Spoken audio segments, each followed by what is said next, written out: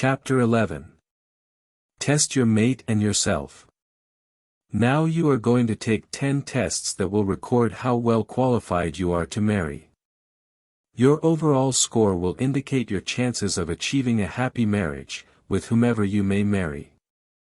These tests can be taken by either men or girls. And we suggest that after you take the tests you have your favorite date take them too. Then in the next chapter you can see how well you are matched. In addition to scoring your desirability as a mate, the tests will help unveil for you your own personality. They will present you as you appear to other people. Be honest with yourself. There are no catch questions. If you wish you can get a piece of paper to write your answers on. If you do this you will not mark up the book, nobody will know how you answered, and any other person taking the tests will not be influenced by your answers. Don't look up the correct answers until you have finished all the tests. After you have completed all 10 tests you can then see how they should be scored. Some of these traits are more important to marriage happiness than others, and some are more important for one sex than the other. Be sure not to talk over any of the questions with anyone until after you have taken all the tests. Now go ahead, and work rapidly. Trait I, Sociability. Indicate the degree of your liking for each of the following activities by drawing a circle around M if you would like it a great deal, around S if you would have some liking for it, around L if you would have a little liking for it, around N if you would have practically no liking for it. 1. Introducing strangers at a party. MSLN. 2. Entertaining a group of friends. MSLN. 3. Raising money for a charity. MSLN. 4. Taking part in some athletic contest. MSLN. 5. Going on a picnic. MSLN. 6. Playing games like golf, tennis, croquet, or darts. MSLN. 7. Reading the sporting section of the newspaper. MSLN. 8. Playing games like bridge, pinochle or monopoly. MSLN. 9. Keeping a pet, such as a cat or dog. MSLN. 10. Attending a masquerade party. MSLN. 11. Performing on the radio. MSLN. 12. Being a delegate to a convention. MSLN. 13. Making long-distance telephone calls to friends. MSLN. 14. Preparing for an examination by studying with classmates. MSLN. 15. Helping a stranded motorist change a tire. MSLN. Trait 2, Conformity. 15 experts, each of whom had one success in a different field, were asked to give an opinion of the statements below. At least 8 or more of the experts marked each statement below as true. Read each statement, and if you agree with the experts that the statement is true, draw a circle around A. If you agree but only with reservations, draw a circle around R. If you disagree with the experts, draw a circle around D. 1. Shows with scantily dressed performers should not be permitted. ARD. 2. No cultured person would ever use profanity. ARD. 3. The right to vote should be given to persons of 18 years of age. ARD. 4. No person except a law officer should be permitted to own a pistol. ARD. 5. No acceptable excuse can ever be made for suicide. ARD. 6. Children owe their parents more than their parents owe them. ARD. 7. Few people would be better off dead than alive. ARD. 8. Rich people are no happier than poor people. ARD 9. Natural resources should belong to individuals rather than to the government. ARD 10. Parents can decently support and educate 2 children in a city of 5,000, with a total income of less than $200 per month. ARD 11. Parents should be permitted to punish or whip their children. ARD 12. Stealing cannot be excused on any grounds. ARD 13. Anything injurious to the human body, such as tobacco, should be outlawed. ARD 14. Highly intelligent people are just as happy as average people. ARD 15. The average person needs more mathematics than the 8th grade provides. ARD Trait 3, Tranquility. Below is a list of the common annoyances which affect most people to some extent. Indicate your degree of annoyance for each of them by drawing a circle around M if it annoys you much, around S if it annoys you some, around L if it annoys you a little, and around N if it never annoys you. 1. To have stop light turn red as you drive up to it. MSLN. 2. To drop an article when you have your arms full. MSLN. 3. To have to stand up in a streetcar or bus. MSLN. 4. To have to talk when you don't feel like it. MSLN. 5. To be interrupted when reading a very interesting story. MSLN. 6. To have a casual visitor outstay his welcome. MSLN. 7. To be detained when you are in a hurry. MSLN. 8. To listen to radio when static is bad. MSLN. 9. To have someone break an engagement at the last minute. MSLN. 10. To be interrupted when you are talking. MSLN. 11. To have someone read over your shoulder. MSLN. 12. To miss a streetcar or bus. MSLN. 13. To have movie film break at an exciting point. MSLN. 14. To burn your mouth or tongue with hot food or beverage. MSLN. 15. To be accidentally locked out of your car or home. MSLN. Trait 3, Tranquility. Below is a list of the common annoyances which affect most people to some extent.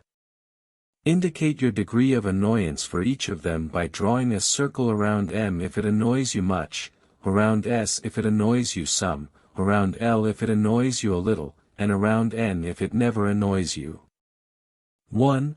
To have stop light turn red as you drive up to it. MSLN. 2. To drop an article when you have your arms full. MSLN. 3. To have to stand up in a streetcar or bus. MSLN. 4. To have to talk when you don't feel like it.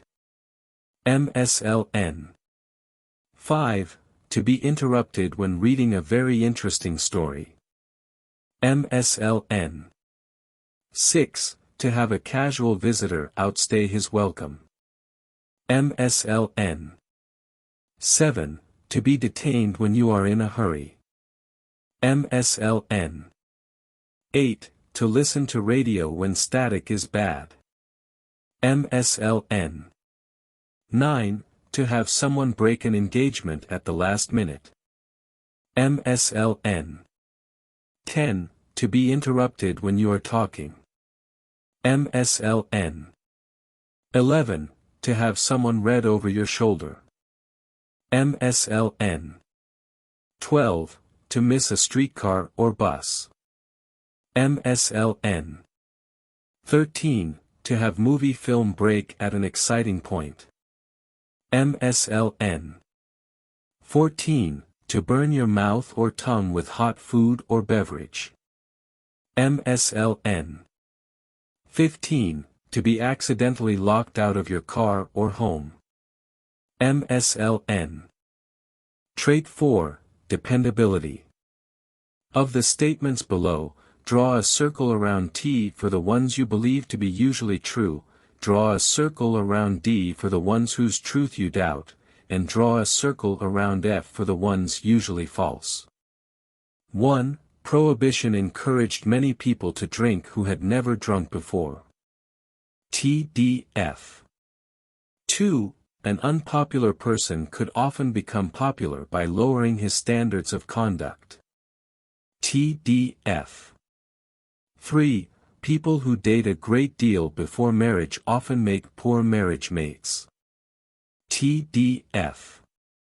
4. Students who are always taking the lead in class discussions are usually trying to get attention. TDF.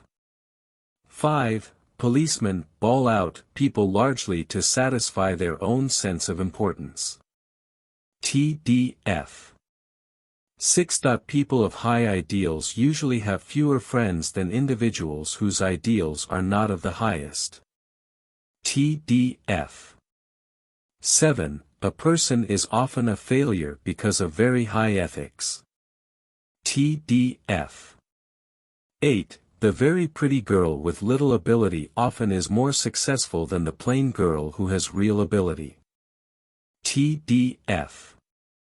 9. What you know is not so important to success as whom you know.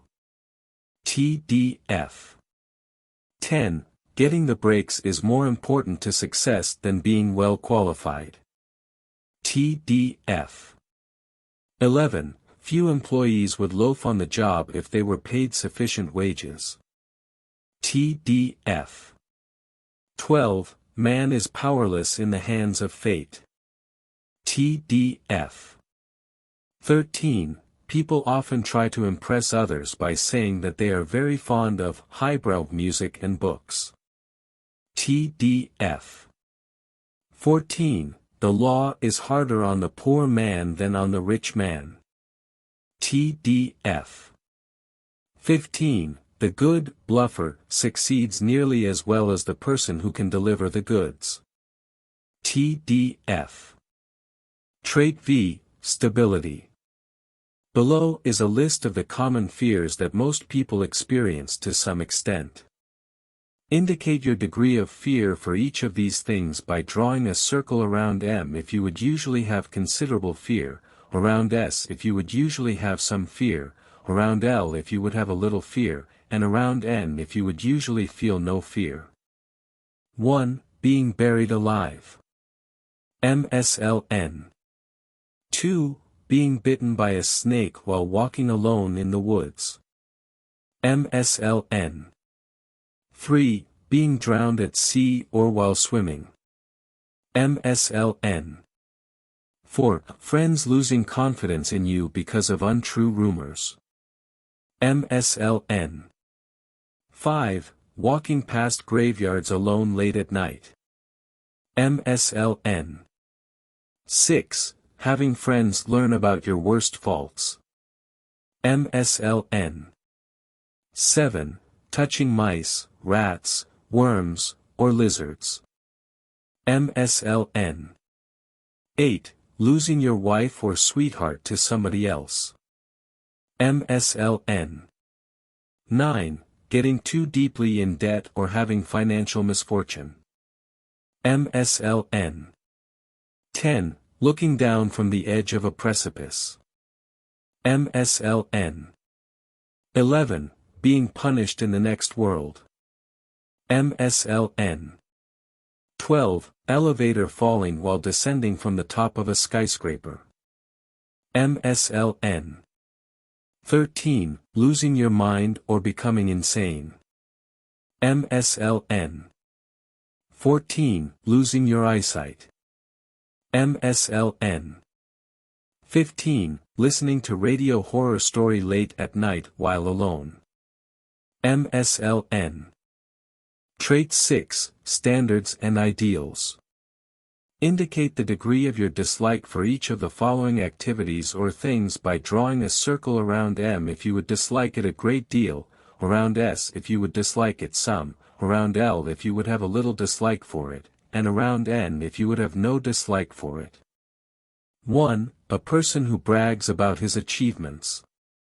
MSLN. 2. Individuals who always put the blame on somebody else. MSLN. 3. Storekeepers who never make mistakes except in their favor. MSLN. 4. Extreme pessimists or people who always expect the worst. MSLN. 5. A girl who is a gold digger. MSLN. 6. The person who forgets to pay his share of the check. MSLN.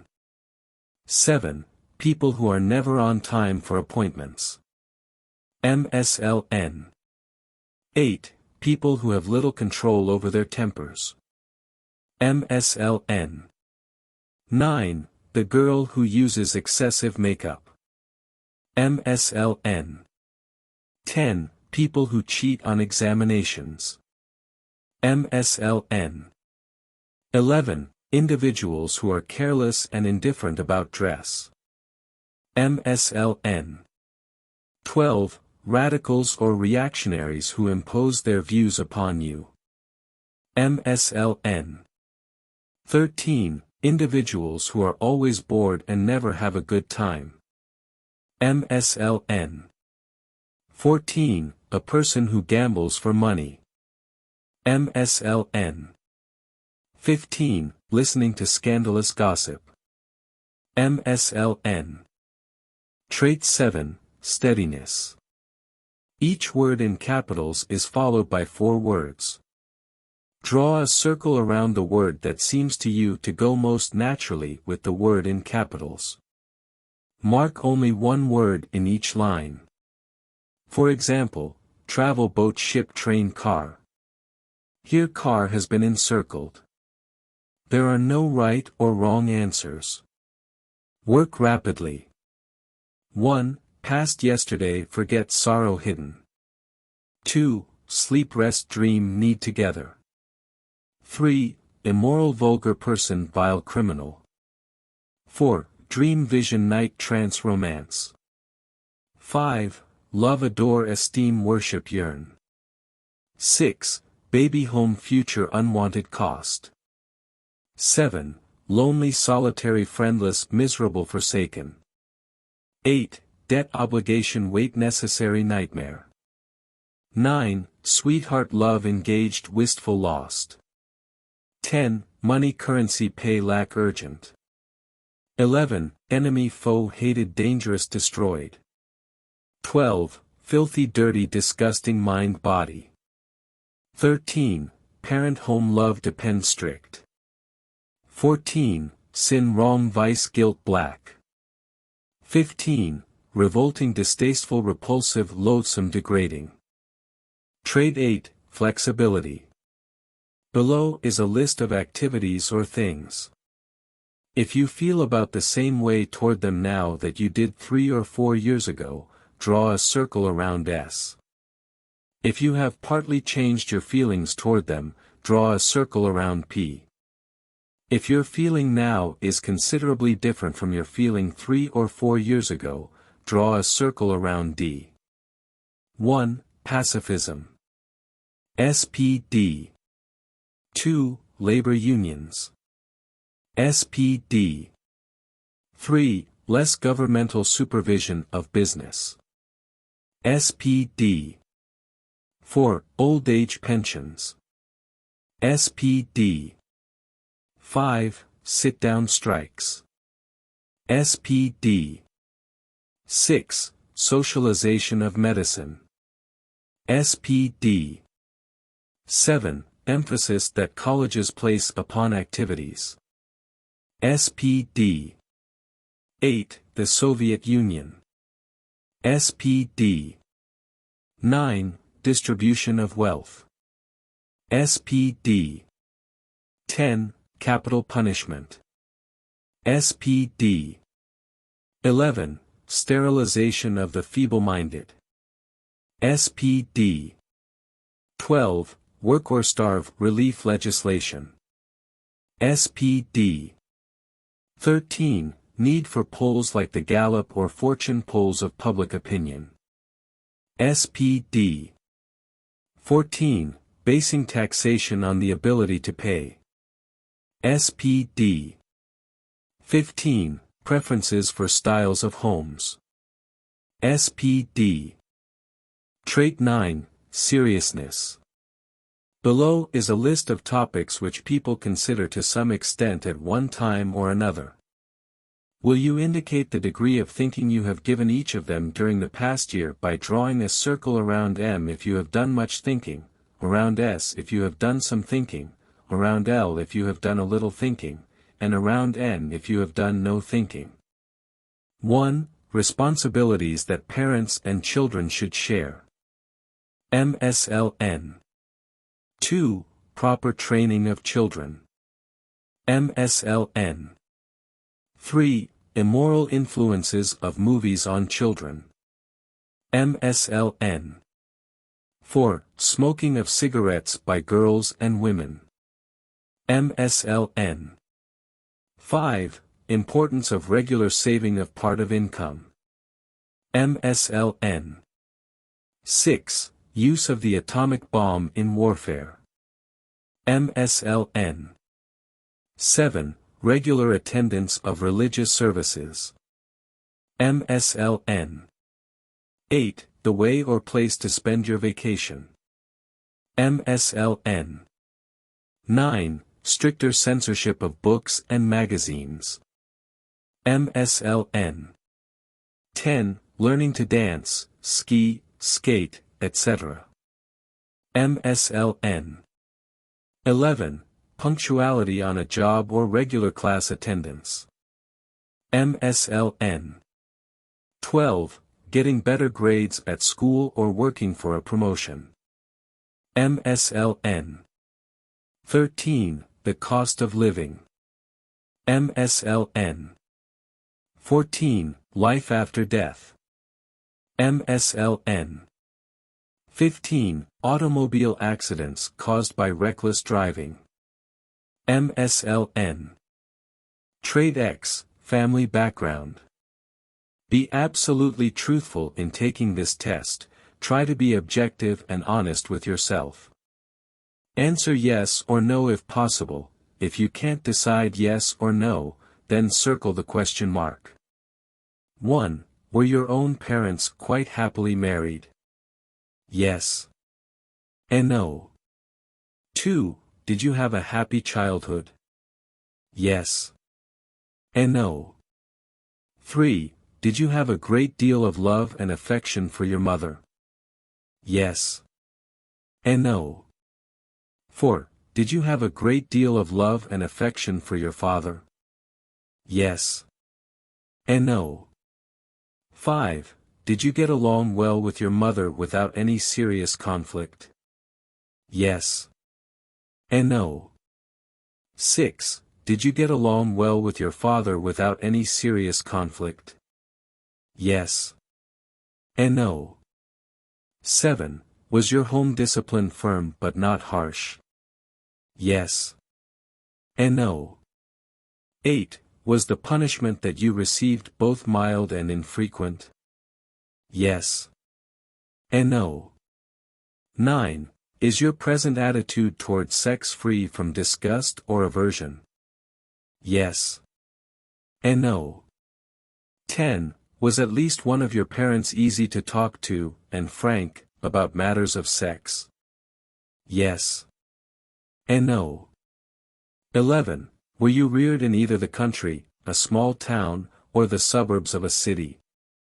Yes. And no. 12. Do you go to church 3 or 4 times, or more, every month? Yes. And no. 13. Are you regularly employed? Yes. And no. 14. Do you have many friends of your own sex? Yes. No. 15. Do you belong to 3 or more social organizations? Yes. No. Directions for scoring your tests. Do not read these scoring directions until after you have taken the tests. When you have marked the tests according to the directions, then you are ready to score them. Because all the tests are not scored in the same way, be sure you score them very carefully. After having done so, then turn to the further directions, some of which apply to a man, some of which apply to a girl. Test for trait I. For each item that you have marked M, give yourself 3 points, for each one that you marked S, give yourself 2 points, for each item that you marked L, give yourself 1 point. Items marked N are counted 0. Then add these numbers up for your total score on trait I. For example, if you marked 4 of the 15 items M, that would give you 12 points. Let us say you also marked 5 items S, that would be 5 times 2 points, or 10 more points. If you marked 3 items L, that would be another 3 points. That would leave 3 items that you marked N for which you get no credit. Your total score on trait I would then be 12 plus 10 plus 3 is equal to 25 points. Test for trait II. For each A you marked, you get 2 points, and for each R you get 1 point. Items that you answered D are counted 0. Add these up for your total score. Test on trait III. The scoring is reversed on this test from that used for trait I. On trait III, M is scored 0, each S gets credit of 1 point, each L gets credit of 2 points, and each N gets credit of 3 points. Test on trait IV. You marked the items on this test either T, D, or F. Those you marked T are scored 0. For each D answer you get 1 point, and for each F answer you get 2 points. Test on trait V. Each marked M gets 0 credit, each S gets 1 point, each L gets 2 points, and each N gets 3 points. Test on trait VI. Each M gets 3 points, each S gets 2 points, each L gets 1 point, and N receives no credit. Test on trait VII. This is the test in which 4 words come after each word in capitals. The first of the 4 words gets 3 points if circled, the second gets 2 points, the third word gets 1 point, and the last word receives no credit. Take the word past. If you marked it yesterday, or the word in the first column, you get 3 points. If forget is circled instead you would get 2 points. If you marked it hidden, you get no credit for that word. Add all your points for your total score. Test on trait VIII. The items in this test were marked S, P, or D. Items marked S get no credit. For each item marked P, give yourself 1 point credit. For each item marked D, give yourself 2 points credit. Test on trait IX. Each M gets 3 points, each S, 2 points, each L, 1 point, each N gets no credit. Test on trait X. In this test you were asked to mark your answers either yes, or no. For each yes, give yourself 10 points, for each question mark, credit yourself with 5 points. You receive no credit for any question that you answered no. If you have followed carefully the directions that have been given you, you now have 10 separate raw scores, 1 for each of the 10 traits on which you were tested. We are now ready to see what these scores mean. Using the little outline below, put down your scores. Your raw score. Trait I, trait VI. Trait II, trait VII. Trait III, trait VIII. Trait IV, trait IX. Trait V, trait X. Now find your adjusted score. If you are a man, if you are a woman. Trait I, repeat raw score, repeat raw score. Trait 2, repeat raw score, repeat raw score. Trait 3, double raw score, repeat raw score. Trait 4, double raw score, multiply raw score by 4.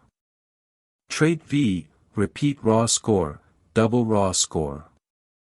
Trait 6, repeat raw score, repeat raw score. Trait 7, double raw score, repeat raw score. Trait 8, repeat raw score, repeat raw score. Trait 9, repeat raw score, double raw score. Trait X, repeat raw score, repeat raw score. Total score, add the 10 scores, total score. Thus, if you were a man you repeated all of your original, raw, scores except in traits 3, 4, and 7 where you doubled the raw score. For example, if your raw score on 3 was 28, your adjusted score should be 56. Likewise, if you were a girl you repeated your raw scores in all but 4, V, and 9.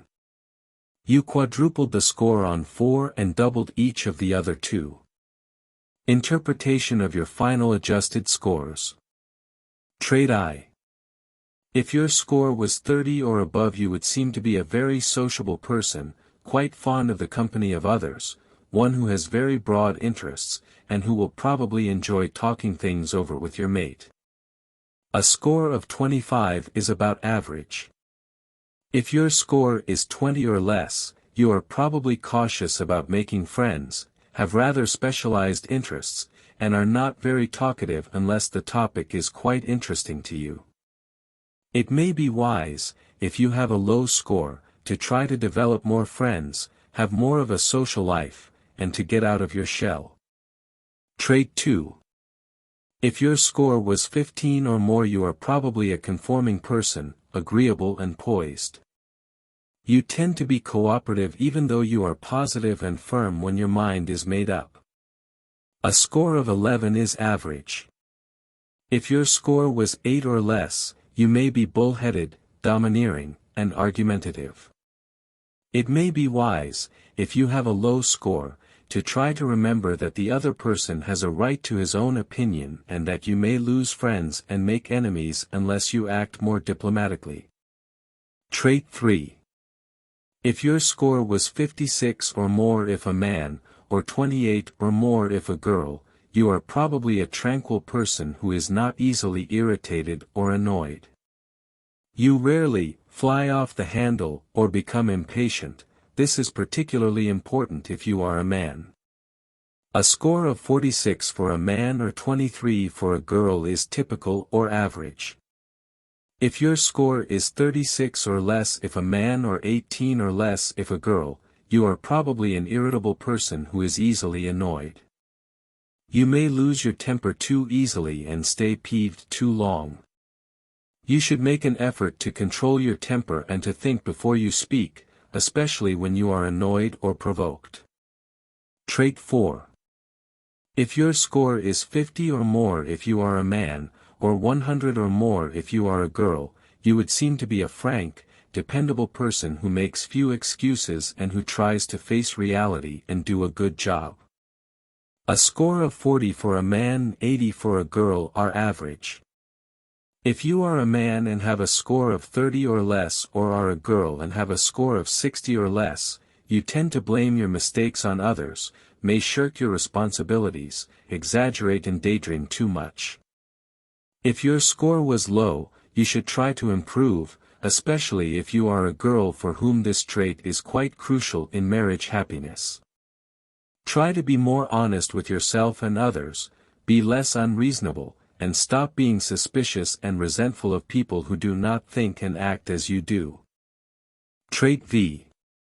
If you are a man and have a score of 40 or more, or are a girl and have a score of 80 or more, you would appear to be a stable person, confident, and responsible.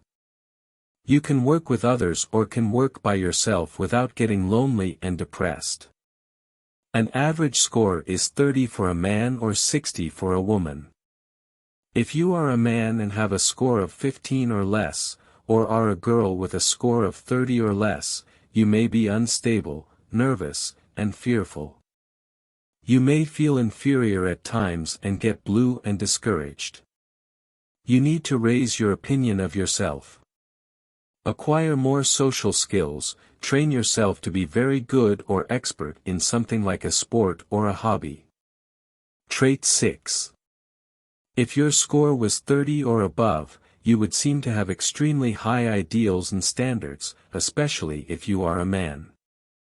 While this is generally desirable, don't permit yourself to become too intolerant or prejudiced about others. A score of 25 is average.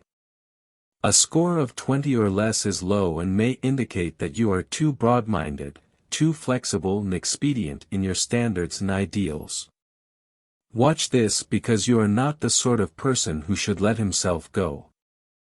Keep a firm grip on yourself, and remember it is easier never to begin a bad habit than it is to break one. Trait 7. If your score is 80 or more if you are a man, 40 or more if you are a girl, you are probably a very objective person who thinks like most other people think. You are probably quite steady, look at things dispassionately, and are neither repressed nor hypercritical. A score of 70 for a man, or of 35 for a girl is average. A score of 60 or less for a man or of 30 or less for a girl may indicate that you are temperamental and emotional. You may, at times, appear peculiar and odd to your friends. You may be repressed. Associate as much as possible with others. Don't be the first to suggest something different or the last to give in. Trait 8. If your score is 22 or more, you would seem to be a person whose attitudes and interests are flexible and adaptable, especially if you are in the 20s. If you are in the 30s or 40s, a high score is probably less desirable than an average score. A score of 13 is average. If your score is 8 or less, you would seem to be a very persistent person whose attitudes and interests are so fixed and rigid that you may find it difficult to adjust readily in marriage. Especially would that seem to be the case if you are in the 20s. Trait 9. If you are a man and your final score is 30 or above, or if you are a girl whose adjusted, doubled, score is 60 or more, you would seem to be a thoughtful person who has done considerable thinking about marriage and its responsibilities. Particularly does this seem to be true of women. Attitudes toward marriage would appear to be wholesome and concerned about making the marriage a success. A score of 24 for a man or of 48 for a girl is average. A score of 18 or less for a man or of 36 or less for a girl is low and suggests that you may be immature in your thinking and that you have not given much consideration or thought to the responsibilities of marriage. Trait X. This test measured your family background to see if you had been reared in the kind of home in which parents and circumstances were favorable to developing traits and attitudes essential to happy marriage. If you scored 120 or more, and remember the higher the score the better, your family background was conducive to your happiness in marriage. A score of 100 is average. If you scored 80 or less, it would seem that your family background was not one that tended to develop in you the traits and attitudes necessary for happiness in marriage. Summary. You took a total of 10 tests. If you followed the directions, you have scored them correctly. If you were a man, you doubled your scores on traits 3, 4, and 7 before you interpreted them. If you were a girl, you doubled your scores on traits V and 9 and quadrupled, or multiplied by 4, the score you earned on trait 4. After having made these adjustments, you then read the interpretations and saw how you compared with other people of your own sex. Perhaps your prospective mate also took the tests and both of you now know how you stand as individuals. We hope you and your mate made average to high scores on all of these tests. But now you want to know if you are the sort of person, and if your mate is the sort of person, who will be happy in marriage. Go back to your final adjusted scores on the 10 tests. Add all 10 of these test scores together if you have not already done so to see what the total is. If you are a man, and your total is 450 or above, you would seem to be the sort of person who has an excellent chance of finding happiness in marriage. This is particularly likely to be the case if you also made high scores on traits 3, 4, 7, and X.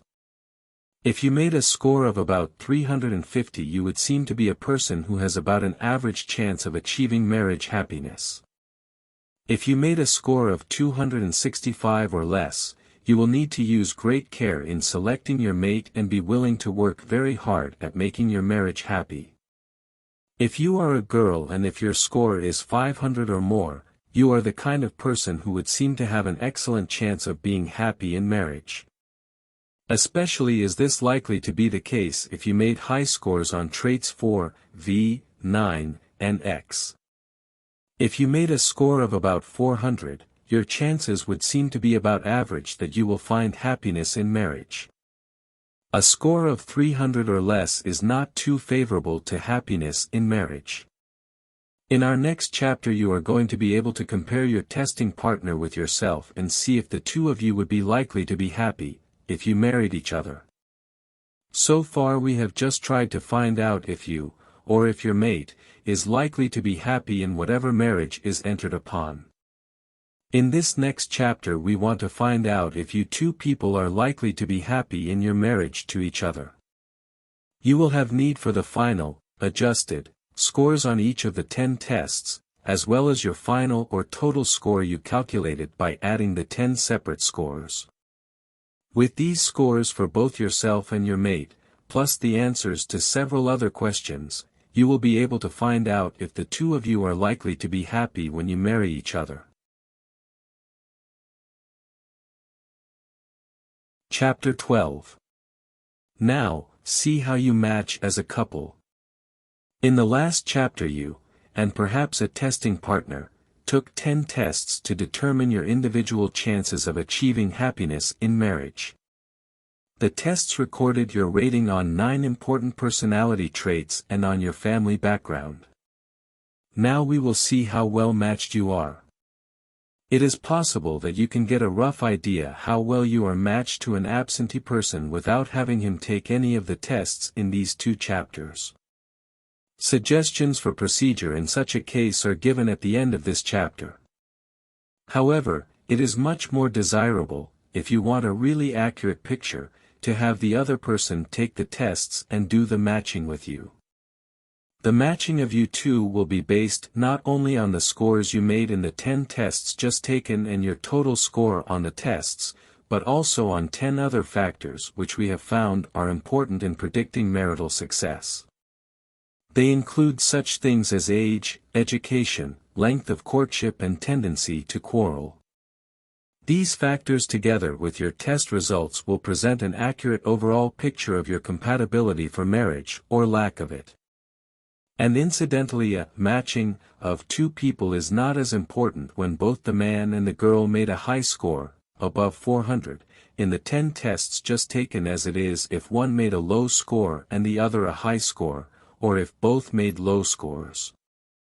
First of all, let's pair up your scores on those 10 tests in the last chapter to see what your scores mean on each trait when they are paired together. Trait I is a sociability factor. You can see how 2 people, one who is sociable and something of a gadabout and the other a homebody who isn't sociable, might not be well matched. Both should be sociable and like to go out and be with people, or both should be fireside toasters, home-loving souls who enjoy being alone with each other. Trait 2 is a measure of conformity, of agreeableness to others, and conscientiousness. While it is better for both to score high on this trait, if one scores low, it is better that the other score high.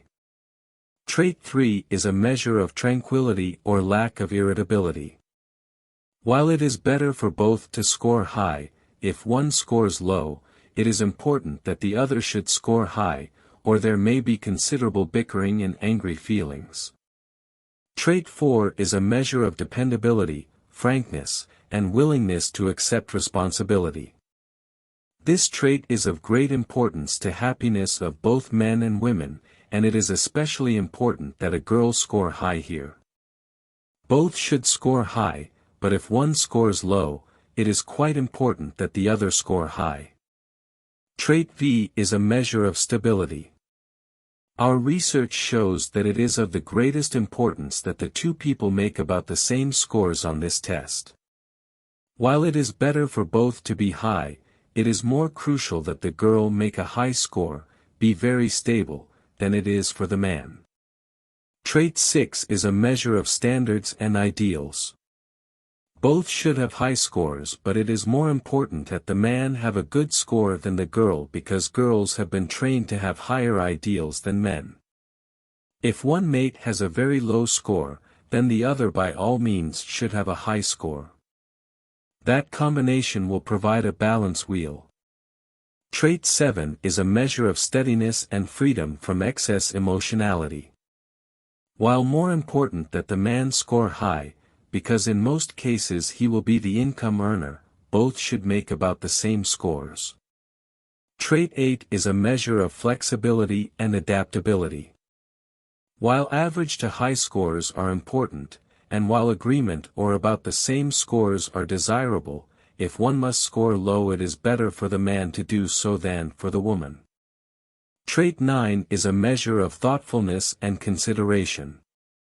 This is a much more important trait for women than for men, yet at the same time, marriage happiness is definitely promoted by both making about the same scores. Trait X is important for either the man or the woman, because it measures the family background of both people. It is important that both score as high as possible on this trait. It is even more important for the girl to score high than it is for the man. But if either mate should score low, it is most important that the other score high. To sum up, it is important that both people make about the same scores on sociability, I, conformity, 2, dependability, 4, stability, V, idealism, 6, flexibility, 8, and seriousness, 9, and the higher the better. If one scored low on the other 3, tranquility, steadiness and family background, it is important that the other score high. But how can you get a more detailed, concrete picture of your compatibility, or lack of it? On the following pages you are going to see your degree of compatibility emerge from a series of 21 figures. When those 21 figures are totaled you will have your answer. Instructions. First glance over these, do you match? Tables on the next few pages to familiarize yourself with them. In the 21 blocks you will match yourselves on the 10 traits already tested, you will match your total scores on those traits and then in the last 10 will match yourself on 10 other factors. Take the very first item, Test I. This matches you on sociability. Suppose the man had an adjusted score of 27 when he took the sociability test in the last chapter and the girl had a score of 24. Look over the 5 alternative combinations to see where such a scoring fits. It fits in combination, D, so you should write a credit of 3 points in the block on the right. On Test 2, suppose the man made an adjusted score of 18 and the girl of 7. That's a big difference. Since no such combination is shown, write a 0 in the block. Do you match? Test I. A. Both scored 30 or above, give credit of 10 points. B. One scored 30 or above, other scored 25 to 29, credit 5 points. C. Both scored 25 to 29, credit 5 points. D. One scored 25 to 29, other scored 21 to 24, credit 3 points. E. Any other combination receives no credit. Test 2. A. Both scored 15 or above, give credit of 8 points. B. One scored 15 or above, other scored 11 to 14, credit 4 points. C. Both scored 11 to 14, credit 2 points. D. Any other combination receives no credit. Test 3.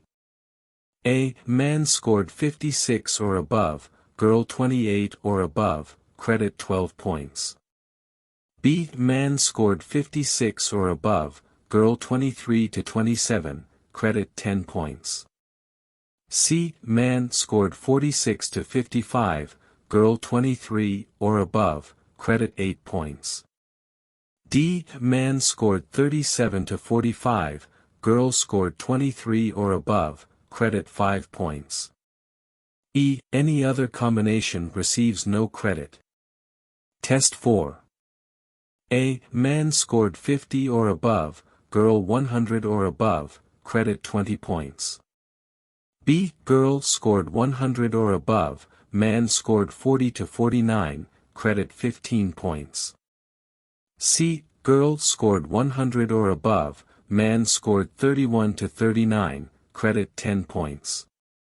D. Man scored 40 to 49, girl scored 81 to 99, credit 8 points. E. Man scored 31 to 39, girl scored 81 to 99, credit 5 points. F. Any other combination receives no credit. Test 128, V. A. Man scored 40 or above, girl 80 or above, credit 15 points. B. Man scored 31 to 39, girl 80 or above, credit 12 points. C. Man scored 21 to 29, girl 80 or above, credit 10 points. D. Man scored 40 or above, girl 60 to 79, credit 8 points. E. Man scored 31 to 39, girl 60 to 79, credit 5 points. F. Any other combination receives no credit. Test 6. A. Both scored 30 or above, give credit of 10 points. B. One scored 30 or above, other scored 25 to 29, credit 5 points. C. Both scored 25 to 29, credit 5 points. D. One scored 25 to 29, other scored 21 to 24, credit 3 points. E. Any other combination receives no credit. Test 7. A. Man scored 80 or above, girl 40 or above, credit 12 points. B. Man scored 80 or above, girl 35 to 39, credit 10 points. C. Man scored 71 to 79, girl 40 or above, credit 8 points. D. Man scored 71 to 79, girl 35 to 39, credit 5 points. E. Man scored 61 to 69, girl 40 or above, credit 3 points. F. Any other combination receives no credit. Test 8. A. Both scored 22 or above, credit 10 points. B. Man scored 22 or above, girl 13 to 21, credit 8 points.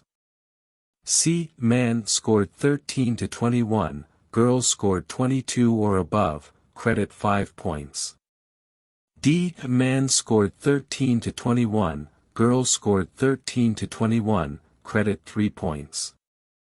E. Any other combination receives no credit.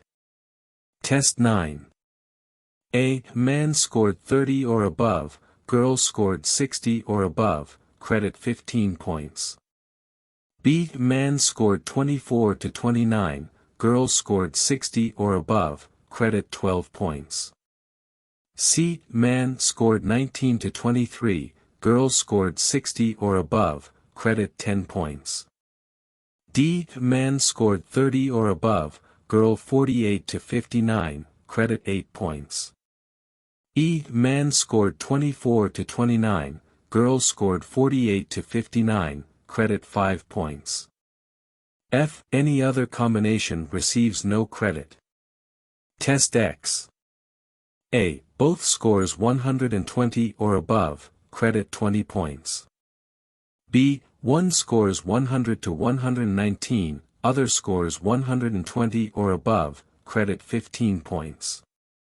C. Both score 100 to 119, credit 10 points.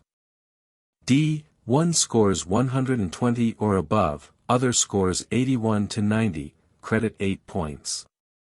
E. One scores 100 to 119, other scores 80 or less, credit 5 points. F. Any other combination receives no credit. Total test score. Total of all 10 tests as scored in Chapter 11. A. Man 460 or above, girl 500 or more, credit 25 points. B. Man 400 to 459, girl 500 or more, credit 20 points. C. Man 460 or above, girl 425 to 499, credit 15 points. D. Man 400 to 459, girl 425 to 499, credit 10 points. E. Man 350 to 425, girl 400 or above, credit 5 points.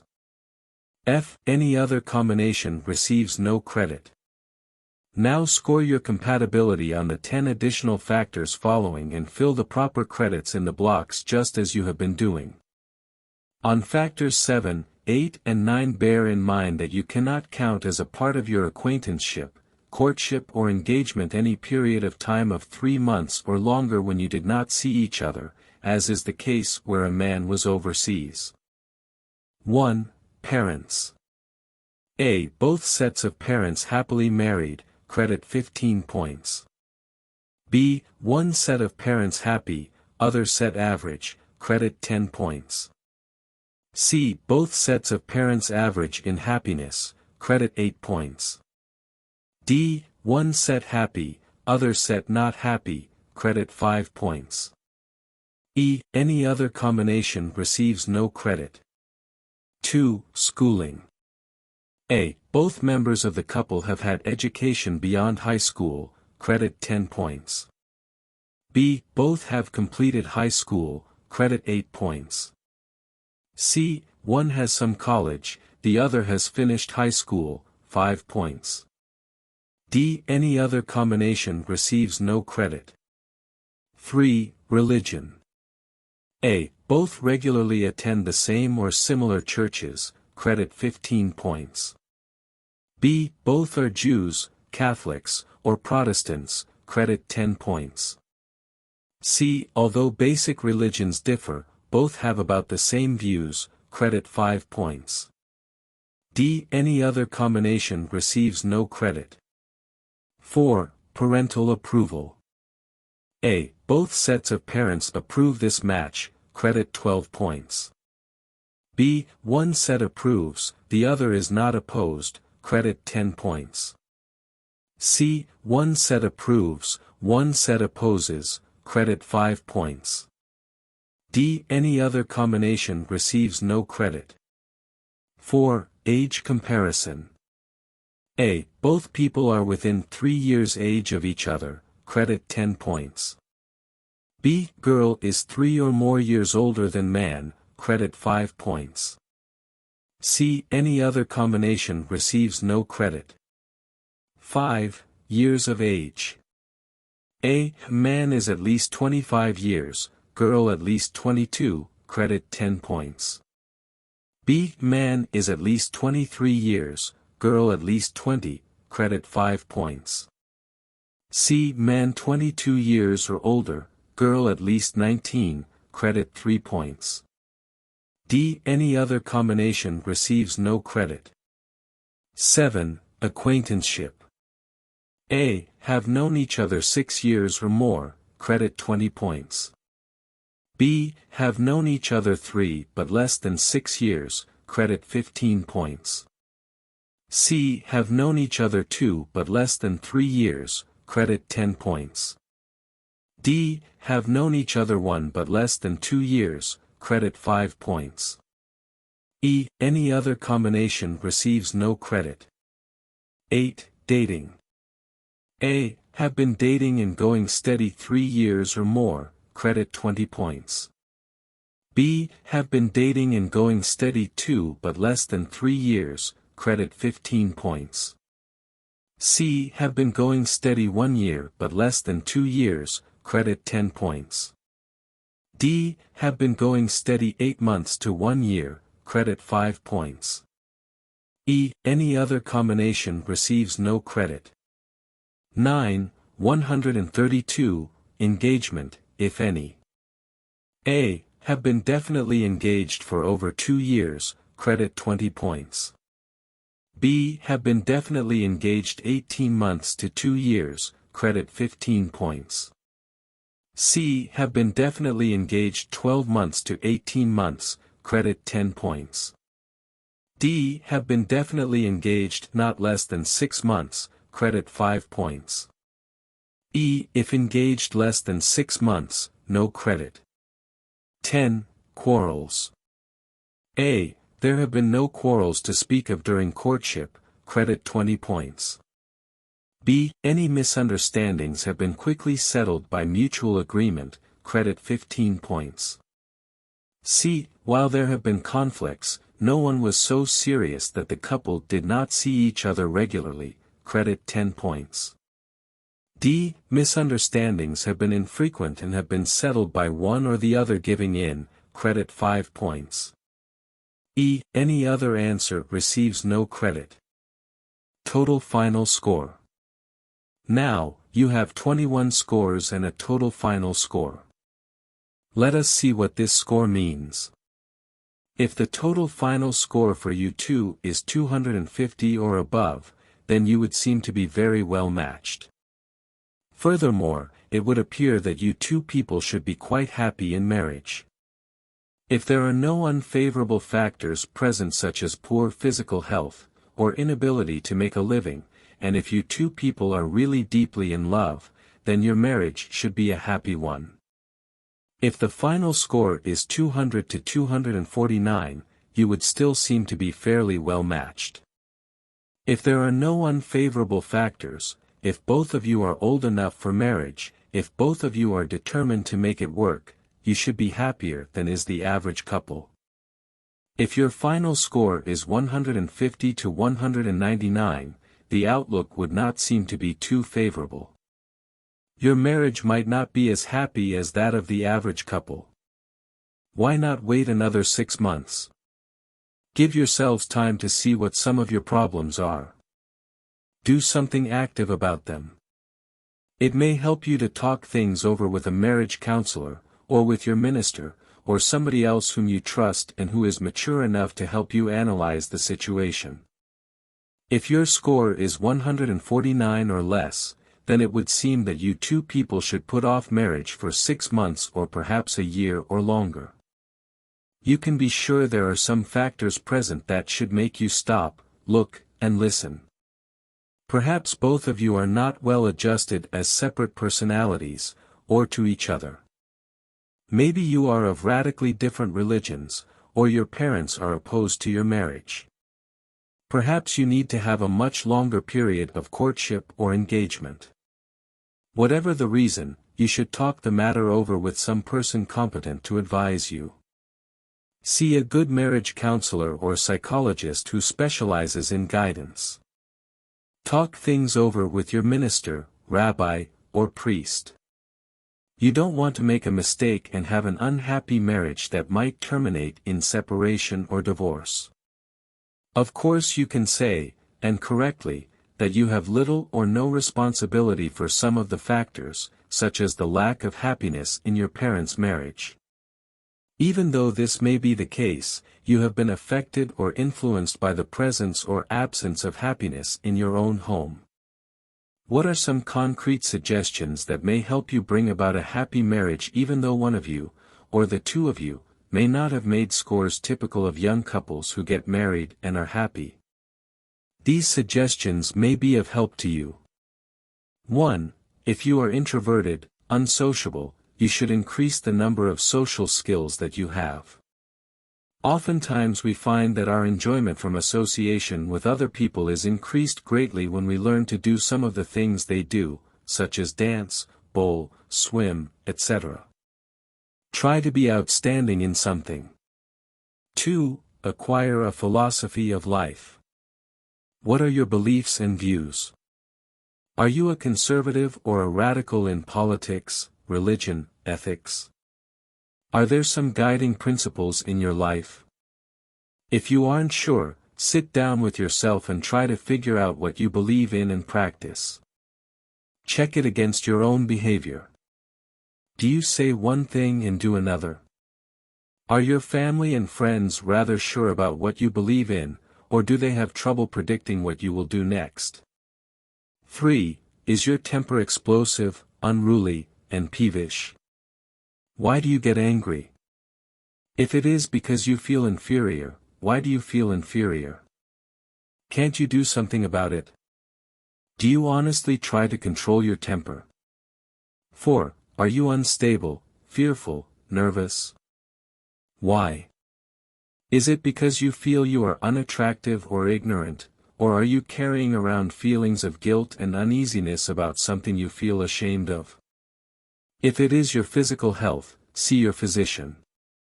If it is your mental health, see a clinical psychologist or psychiatrist. Develop a trusting confidential relationship with someone, preferably an older person, with whom you can feel free to unburden yourself. 5. Are your standards and ideals too low, or too high, when compared to your behavior? Perhaps you are an intolerant and prejudiced person who is too narrow-minded and prudish. Are you critical and gossipy about many of the things your acquaintances do? Do you know whether you have set your standards impossibly high, so high that you have a constant feeling of frustration because you are always falling short? 6. Are you an emotional person, always going off on a tangent, never able to keep a steady course? Is it because you aren't in the work you want to do? Can't you change jobs? Perhaps you are confused in your thinking, disturbed about religion, morals, things that are right or wrong. Have you asked your friends their ideas? Do you keep busy? Have you talked things over with your pastor? Is there some serious frustration always hanging over your head? Why don't you sit down, take stock of yourself? It is only by an inventory of ourselves, accompanied by a searching analysis, that we discover what is wrong and see ways to clear things up. 7. Are you so set in your ways that you cannot see that circumstances alter cases? Do you earnestly try to adapt yourself to people and new situations, or do you expect all the adaptation to come from somebody else? Perhaps you are smug, never have a new idea. Try reading a Republican newspaper if you never read anything but a Democratic paper. Go to a different church. Get out of the rut you are in. Listen to other people's ideas for a change. Don't be so cocksure that you are always right and the other fellow always wrong. 8. Do you ever sit down and think? Reflect about yourself, your friends, your activities, your responsibilities.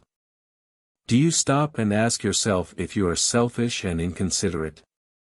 Do you sympathize with others, try to avoid saying things that may hurt somebody's feelings? Do you build up people rather than tear down? Do you go out of your way to help others? 9. If you and your prospective mate are constantly quarreling, have you stopped asking whose fault it is and started doing your best to prevent conflicts? Unless you two people settle your problems by compromise and mutual give and take, your marriage future looks dark. 10. Did you get engaged shortly after you first met? In most real love, an engagement rarely occurs before the couple have known and dated each other regularly for at least a year or longer. 11. Are you sure it is love? Could it be just loneliness, a desire to escape an unpleasant environment? Are you sure it isn't a fantasy ideal? 12. Why don't your parents approve this marriage? After all, they may have something. Look back in the past, weren't they right many times then when you thought they were wrong? Unless your friends warmly approve this marriage, your parents are probably right in urging you to wait. 13. Do you really know your mate? What makes one a good date doesn't usually make one a good mate. Although an hour's enjoyment of dancing, going to the movies, etc. may be wonderful pastime, it may be far from what you need in a mate.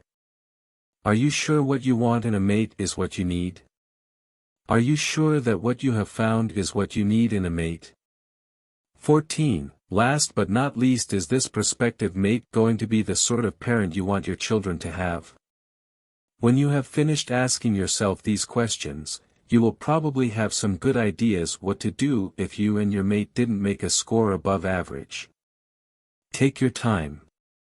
It is easier to get married than it is to get separated or divorced, and much easier on one's disposition in the long run. You want to marry, but we want you to make a good choice and to find in marriage all the happiness and contentment that it can bring. Procedure if you are doing the matching alone. Some readers may wish to see how they match with another person but would prefer to do the matching without consulting him. That can be done, though of course it will be much less accurate. Use the "Do you match?" tables in this chapter, just as couples working together did. You won't have much trouble scoring the last 10 of the 21 items since they are based on known facts. Your greatest problem will be in estimating the scores your mate would make in the 10 tests on personality traits.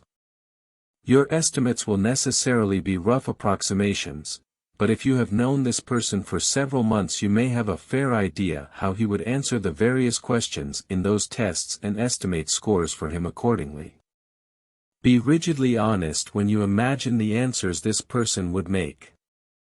You can double-check your compatibility with such an absentee person by taking the following short test. It is a greatly abbreviated check on compatibility. Are you well mated? Here is a final checklist on compatibility, primarily for a person who took the tests in Chapter 11 by himself. This test, which can be taken by either a man or woman, provides you with a rough gauge for determining whether the person you are dating might make a good mate for you. If you are a man, change. 1. Are you two about equally sociable? That is, are you both either gadabouts or both stay-at-homes? Yes, no. 2. Are you both stern-minded, with high ideals, or else are you both broad-minded and practical? Yes, no. 3. Does he find satisfaction and reward in his work? Yes, no. 4. Is he over 20, under 40, and not divorced? Yes, no. 5. Is he regarded by acquaintances as a solidly dependable person not given to excuse-making and sly lies? Yes, no. 6. Have you been dating steadily for 2 years or longer? Yes, no.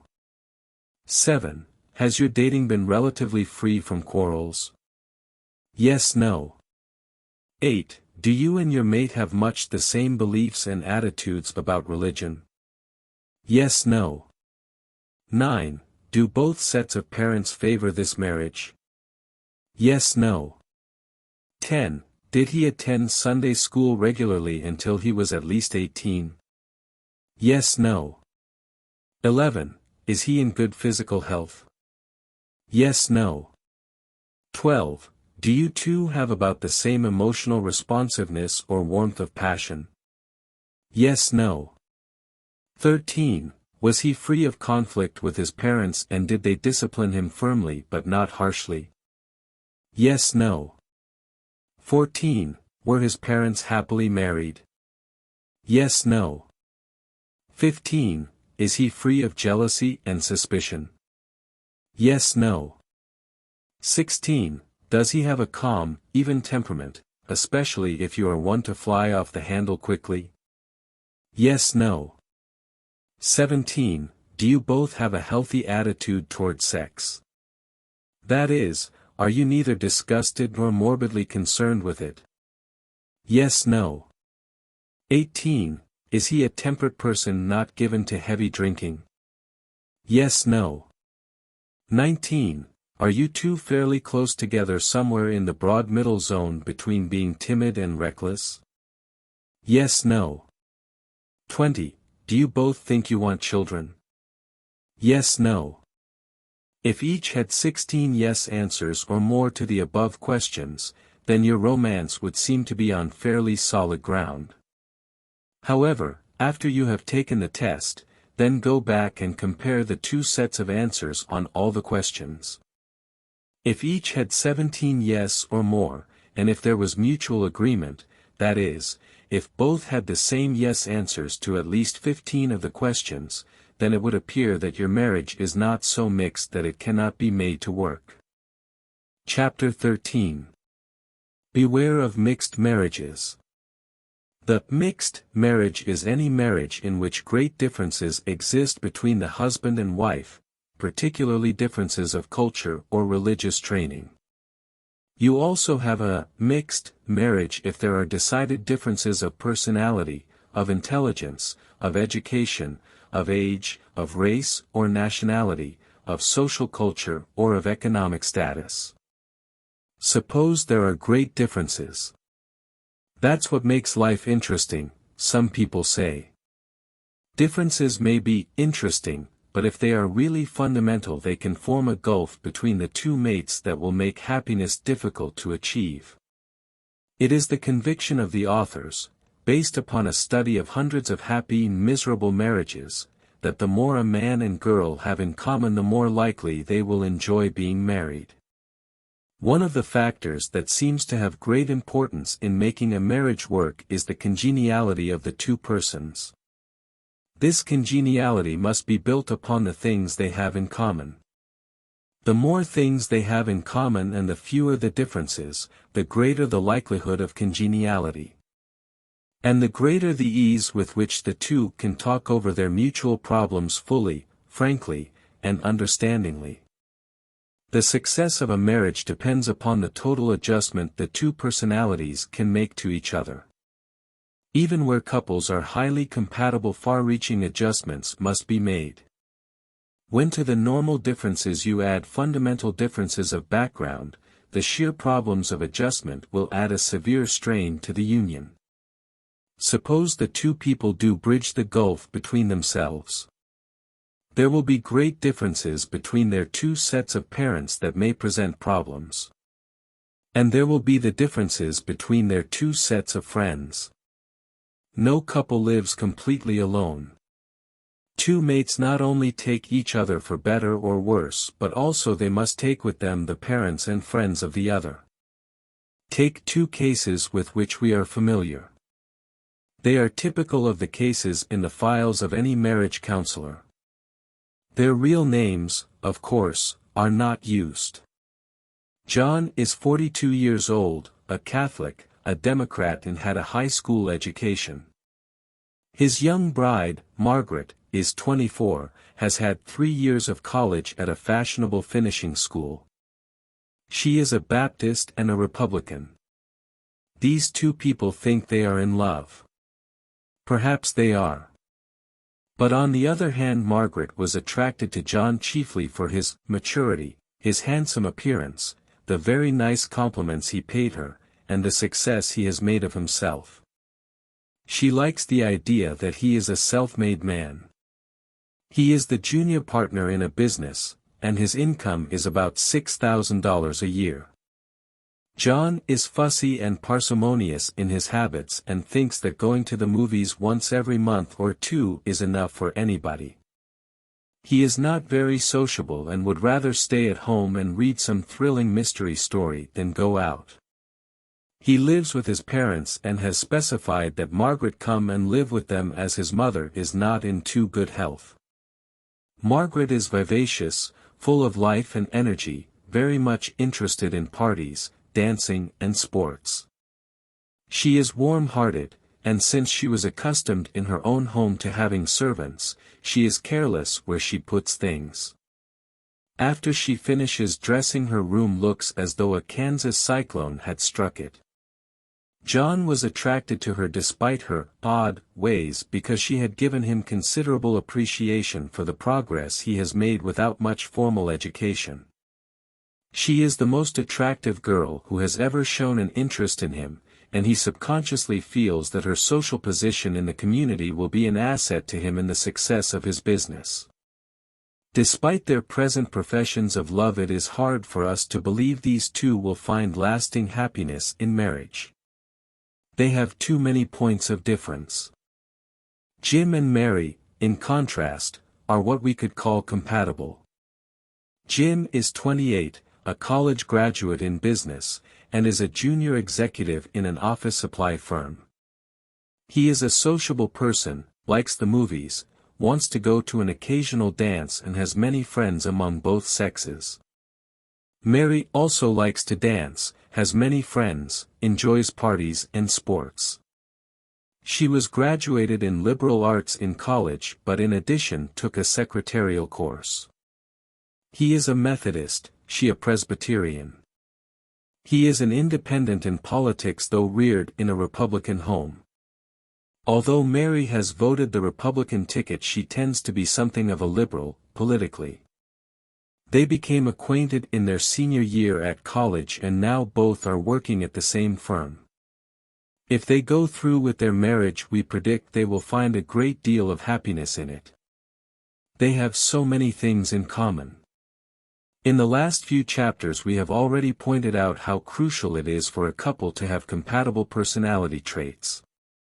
Studies have shown that unhappy couples frequently disagree on their friends, matters of recreation, the way they demonstrate affection, the way children should be reared, and other things that are a vital part of marriage. The research of the Marriage Counseling Service at Penn State has shown that the couples who disagree most are the couples whose personalities are least alike. Take the great difference of ideals in the case of the son of the traveling salesman who is rushing the daughter of a clergyman. She is almost spiritual in her ideals and at home learned to restrain all manifestations of affection. The young man is handsome and dashing, a fast talker and a social butterfly. He likes to tell dirty stories and to get drunk.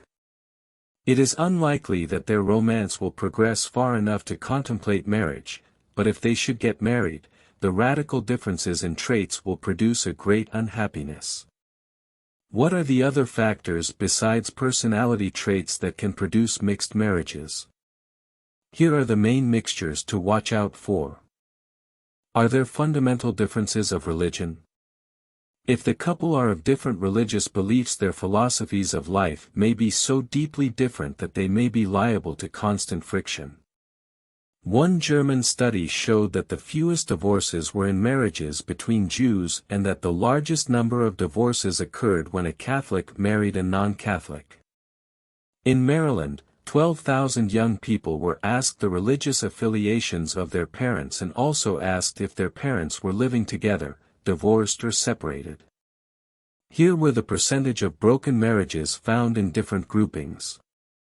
When both parents Jewish, 4.6%. When both parents Catholic, 6.4%. When both parents Protestant, 6.8%. When religions mixed, 15.2%. In other words, a mixed marriage is 2 or 3 times more likely to end in unhappiness than when the marriage is not mixed religiously. And in intermarrying, some combinations seem to be more explosive than others. Below are 3 possible combinations in descending order, with the bottom combination least likely of all to produce a happy marriage. Protestant to Jew. Protestant to Catholic. Jew to Catholic. Catholics have the greatest difficulties in intermarriages, presumably because their church takes a sterner view of intermarriage than do the other churches. Another factor may be that they are taught not to use birth control devices, though family spacing through rhythm is condoned. Suppose that a Catholic and Protestant do marry. There are thousands of couples who have achieved happiness in spite of religious differences. You can achieve it, perhaps, but both of you should face the problems involved in such an intermarriage before, not after, the wedding. If possible, one should agree to embrace the religion of the other. You should also definitely agree on the church in which the children are to be reared. You should even discuss the size of the family desired, because that may become a point of difference. If both refuse to budge from their religion, they must face the likelihood of disharmony developing after marriage, particularly as children come along and decisions must be made about their religious training. Religious intermarriages are particularly difficult when one or both are deeply religious and feel very strongly about holding to their particular faith. Are there significant differences of intelligence?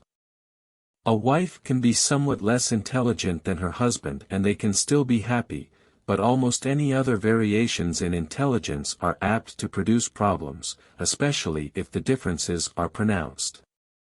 Studies have shown that husbands and wives usually are much more alike in intelligence than in physical characteristics. People in general tend to select mates whose mental ability is about the same as their own. When two people of vastly different mental equipment marry, the less endowed mate is apt to develop very strong feelings of inferiority, and the two may find it very hard to select interests and activities to share. The more intelligent one unconsciously may develop a superior attitude that may be patronizing or impatient. Another thing they are bound to disagree on is how to spend their leisure time, the kind of friends that they will have, the social ethics they will have, and in fact their whole philosophies of life. The brighter mate reads serious magazines, listens to symphonies and forums, reads little or no light fiction. The less intelligent mate is interested in the spectacular radio programs, reads the more frothy magazines, has few deep intellectual interests. It is the glamorous, exciting things that appeal. Also, they do not share ambitions. Two such people cannot talk over with each other their hopes and ambitions, their frustrations. There is no sharing. One feels aloof from the other. Are there 4 or more years difference in formal education? There can be wide differences in schooling, but only as long as the two people's interests and attitudes are about the same. And in these days of wide reading, radio information, night schools and correspondence courses, two people may differ greatly in formal education but differ little in their informal education. However, it does appear to be a fact that the happiest marriages seem to be those in which the two people met each other on a school campus, took similar curricula, lived in the same academic background. Are there wide differences in your economic background? This is closely related to the social differences. Mothers have encouraged wide differences in economic background by teaching their daughters to marry up the economic scale. They are urged to make good catches. It is only human for a mother to wish that her daughter will not have to scrimp as she has had to in her marriage. It also enhances a family's social prestige if a daughter can marry up. However, when there are wide differences in the incomes of the two sets of parents, those differences are accompanied by differences in social background which are often hard to reconcile. Added to this is the factor of acceptance that invariably arises when either a girl or man marries way above his own economic level. The parents and friends of the wealthy mate often assume that the other married for money. That may produce serious tension and create a lasting in-law problem. Is there a wide difference in age? One study has shown that the least happy marriages are those in which the husband is 6 to 8 years older than the wife. Perhaps it is not the difference in age itself so much as the fact that people that far apart in age will be unlike in other respects which creates the strain on marriage. The happiest marriages for wives seem to range from one extreme where the wife is 4 years older than the husband to the other extreme where the wife is 4 years younger than the husband. The happiest marriages for husbands seem to be those in which the husband is from 1 year older than the wife to where the husband is 4 years older than the wife. When all the evidence is analyzed, it would seem that the happiest marriages for everybody concerned are those marriages in which the husband and wife are within 1 to 2 years of each other. Are there differences in your social culture? Here is a girl who has been reared in the South. She was taught to be a lady, to be waited upon, not to work because she would have servants. Here is a man brought up in Nebraska, reared in a home where his own mother was hard-working, not only did the housework but occasionally helped milk the cows and helped do other chores for her farmer husband. With the Southern girl there has been a tremendous emphasis upon family, on social prestige, on doing certain things in certain precise ways. In the case of the Nebraska man, little of this formality has been present. Instead, the emphasis has been upon hard work, upon thriftiness, upon a wife sharing heavily the responsibilities of earning a living. Two such widely differing philosophies are likely to produce grief in marriage. The war, with its tremendous shifts of population, produced a great many of these interregional marriages. They are certainly not doomed, but the couples should face frankly the problems involved in a mixing of cultures. Those, briefly, are the main types of mixed marriages. You should enter into them carefully, if at all. In any case where there are serious differences of background, the couple should compare themselves carefully, see just what the differences are, be realistic about those differences, ferret out the special problems that those differences will create, as in the rearing of children, agree on ways to attack the problems and solve them. Only then is there hope that the marriage can be a success. The difficulty is that couples tend to gloss over differences that exist. They refuse to identify them, to admit their existence. They put off facing them. Then later in marriage the problems can no longer be avoided, and by then they have become so acute that reconciliation becomes very difficult. For example, if a Catholic wants to marry a Protestant, it is far better for the couple to see the problems that will exist from such a mixed marriage before they are married than after they are married. Chapter 14. 9 Dangerous Characters. There are some prospective mates who will survive all the tests we have given you thus far and in fact look like ideal partners, and yet will bring you grief every time in marriage. In studying marriage failures, it has been found that again and again certain types of mates make a marriage seem intolerable. We'll introduce you to 9 of the worst troublemakers. They are hard to detect, but usually you can spot them if you have had several months really to know them before you commit yourself to marriage. The jealous mate. Perhaps a man becomes excessively jealous because his young wife is attractive to other men or because she has been accustomed to traveling with a more sophisticated crowd than he has. On the other side, perhaps the wife, with little cause, becomes insanely jealous of her husband's secretary. We know from investigation that jealousy causes at least 1 out of every 5 quarrels that occur between American husbands and wives. And furthermore, in divorce cases jealousy turns up as a factor in almost half of all divorces. That is not hard to understand because a jealous person inevitably becomes a difficult person to live with. He or she is usually suspicious, quick-tempered and disagreeable.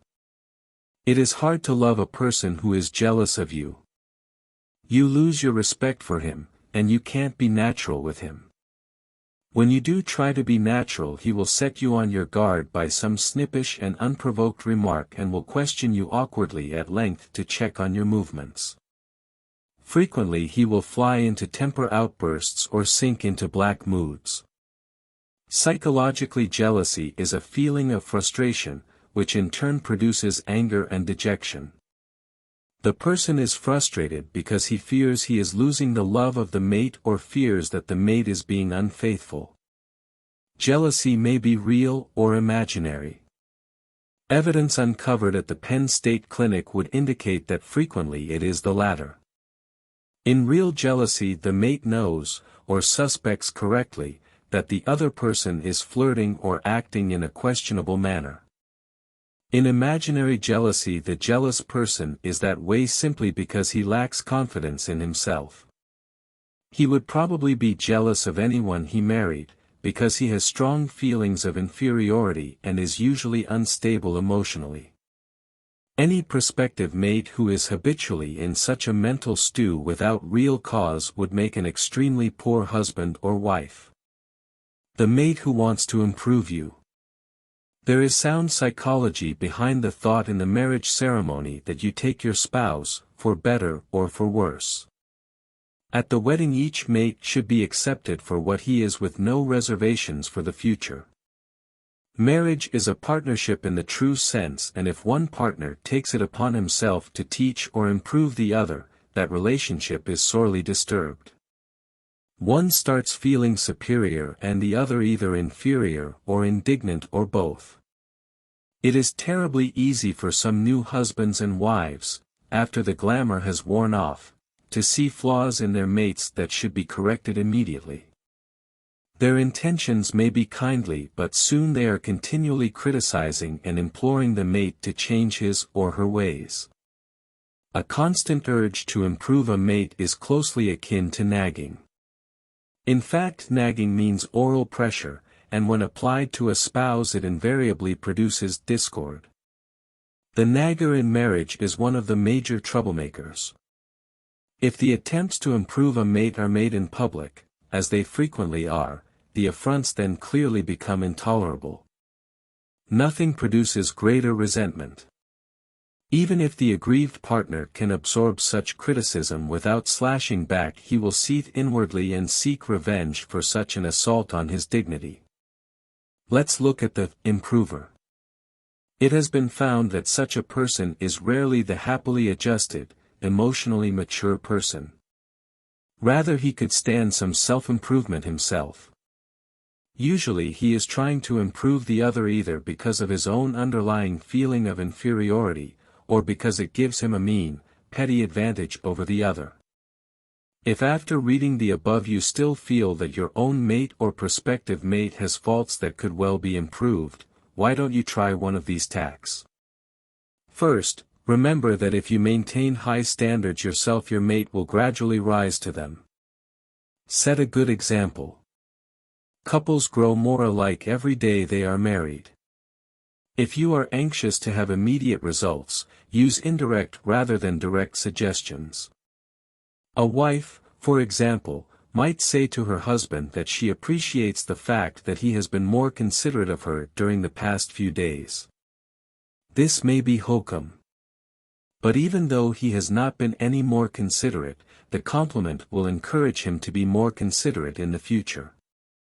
Or suppose that a man thinks his fiancée shows appalling taste in her clothes. A frontal criticism would wound and probably infuriate her. But if he starts out by complimenting her on the few presentable things she wears, he can use them as springboards for getting across to her the kind of clothes she should wear to make herself most appealing to him. Few women can resist such suggestions. The nervous mate. Many wives neglect their husbands, and many husbands quarrel with their wives, because they are emotionally insecure. They are at loose ends with themselves. In scientific language, they are maladjusted or neurotic. Marriage in itself rarely cures an emotionally unstable person. In fact, it may aggravate his trouble by adding new frustrations.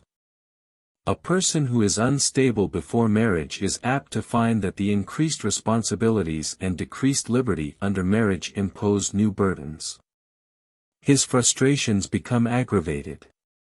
Every marriage counselor knows from experience that unhappily married couples usually present difficulties that can be traced to the emotional maladjustment of one or both of the mates.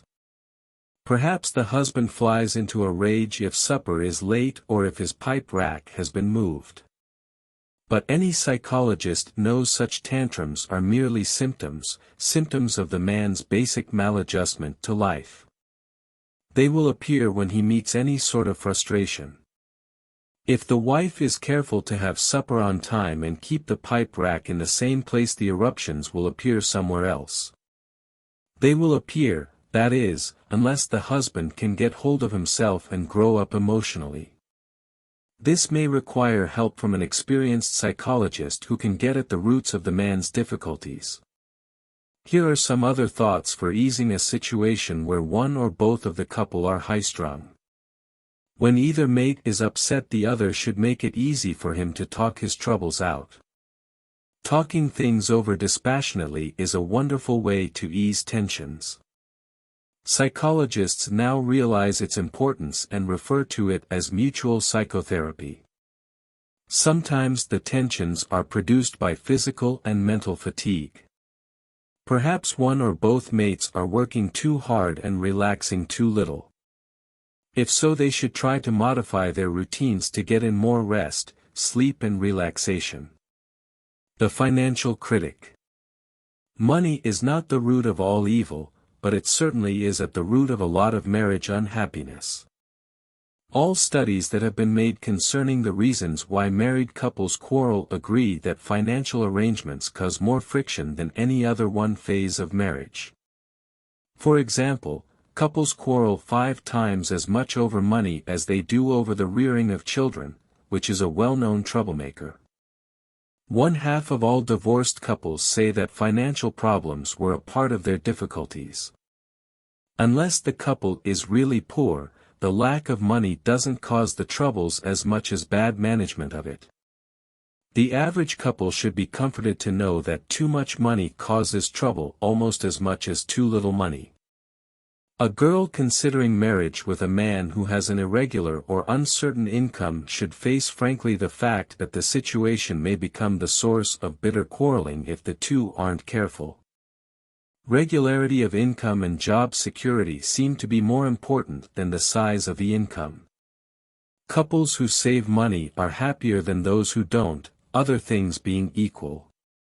Both girls and men selecting a future mate should be wary of people who are disorganized in their personal lives or are prone to carping. Those two types of people are most apt to inspire or provoke quarrels over money. The main grievance of wives financially is that their husbands are too tight, and the main complaints of husbands are that their wives are too extravagant or too chaotic in their budget keeping. Husbands, interestingly, complain much more about the extravagance of their wives than wives complain about extravagance of husbands. The alibi artist. Beware of the excuse maker. Alibi making is not mentally healthy. In fact, it is one of the early signs of emotional confusion and mental deterioration. If a man or girl sees in the other during courtship indications that excuse-making is an ingrained habit, he would do well to break off the courtship and seek a mate elsewhere. That may sound like a harsh way to deal with the purveyor of little white lies and excuses, but it has been clearly established that such a person is a very bad marriage risk. The individual usually excuses his own lack of accomplishment or ability by projecting the blame for his failures on other people. Bit by bit, this projection becomes devastating. Continued excuse-making gradually brings the individual closer and closer to the gulf that divides the real from the imaginary, the sane from the insane. In its most pronounced form, it is paranoia, a type of insanity. The alibi artist has little respect for the truth, cannot be predicted, evades his obligations, and is generally not dependable. The test designed to measure this tendency to alibi, which psychologists call tendency to rationalize, has already been discussed.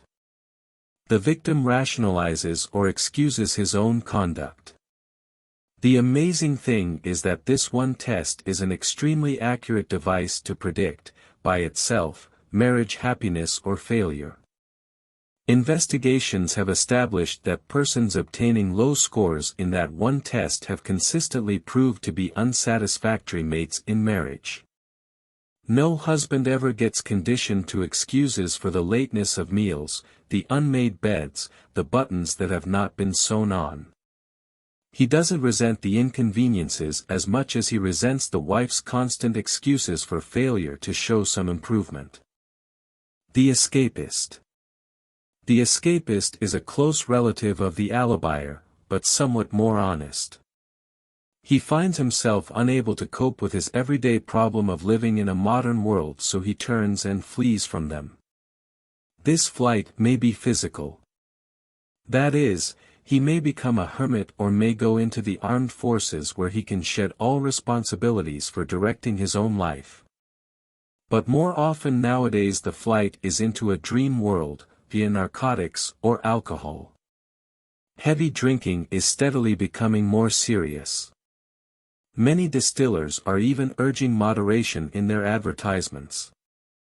It is not merely on a moral basis that marriage counselors will warn you to shun the heavy drinker.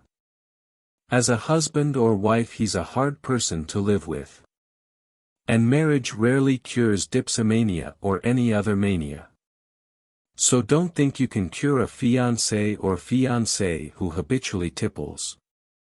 The causes of drunkenness are not too well known, but one thing is sure: the habitual use of alcohol is just a symptom of the person's basic maladjustment to life, and not the cause of the maladjustment. In alcohol he forgets his problems, or imagines that he has found brilliant solutions for them. The person who drinks excessively is always a psychological problem, and an amateur cannot hope to be too successful in tackling it. Even a sanatorium cure brings only temporary relief unless the basic conflicts that impelled him to drink are resolved. Usually very careful counseling of the alcoholic is necessary to uncover his troubles and help him work out a solution for them. The disorderly mate. To be successful in marriage or almost anything else in life, a person must keep his affairs in a fair degree of order. You should be wary if you find that a person you are considering for marriage is sloppy in his or her appearance or affairs. If a girl's apartment looks like an unmade bed, you can consider that a fairly accurate forecast of how she would manage your home. Or if a man is habitually late for dates or shows up without a tie or with unshined shoes, you can be sure he would be even more sloppy and inconsiderate as a husband. Neatness, of course, can be overdone. One wife we know objects to her husband sitting in certain chairs until he has changed his clothes. Another will not permit her husband to enter the living room, which she prizes, until he takes off his shoes, unless there are guests. Some people are fastidious about the way they dress and yet are disorderly in organizing their lives. Others are the other way around. But when disorderliness becomes general, an intolerable strain is imposed on a marriage. The mate with clinging relatives. Statistically, in-laws cause about as much marriage woe as drinking. Many a promising marriage has been marred by them. In the past 6 months, more than 10% of the troubled married couples consulting the Penn State Marriage Counseling Service had problems aggravated or initiated by their in-laws. We read recently a letter from a young wife who bewailed the fact that her husband's mother insisted on going along with them on their honeymoon. She had told her son she needed a vacation and would like to go with them. Without consulting the bride, he agreed. The bride lamented.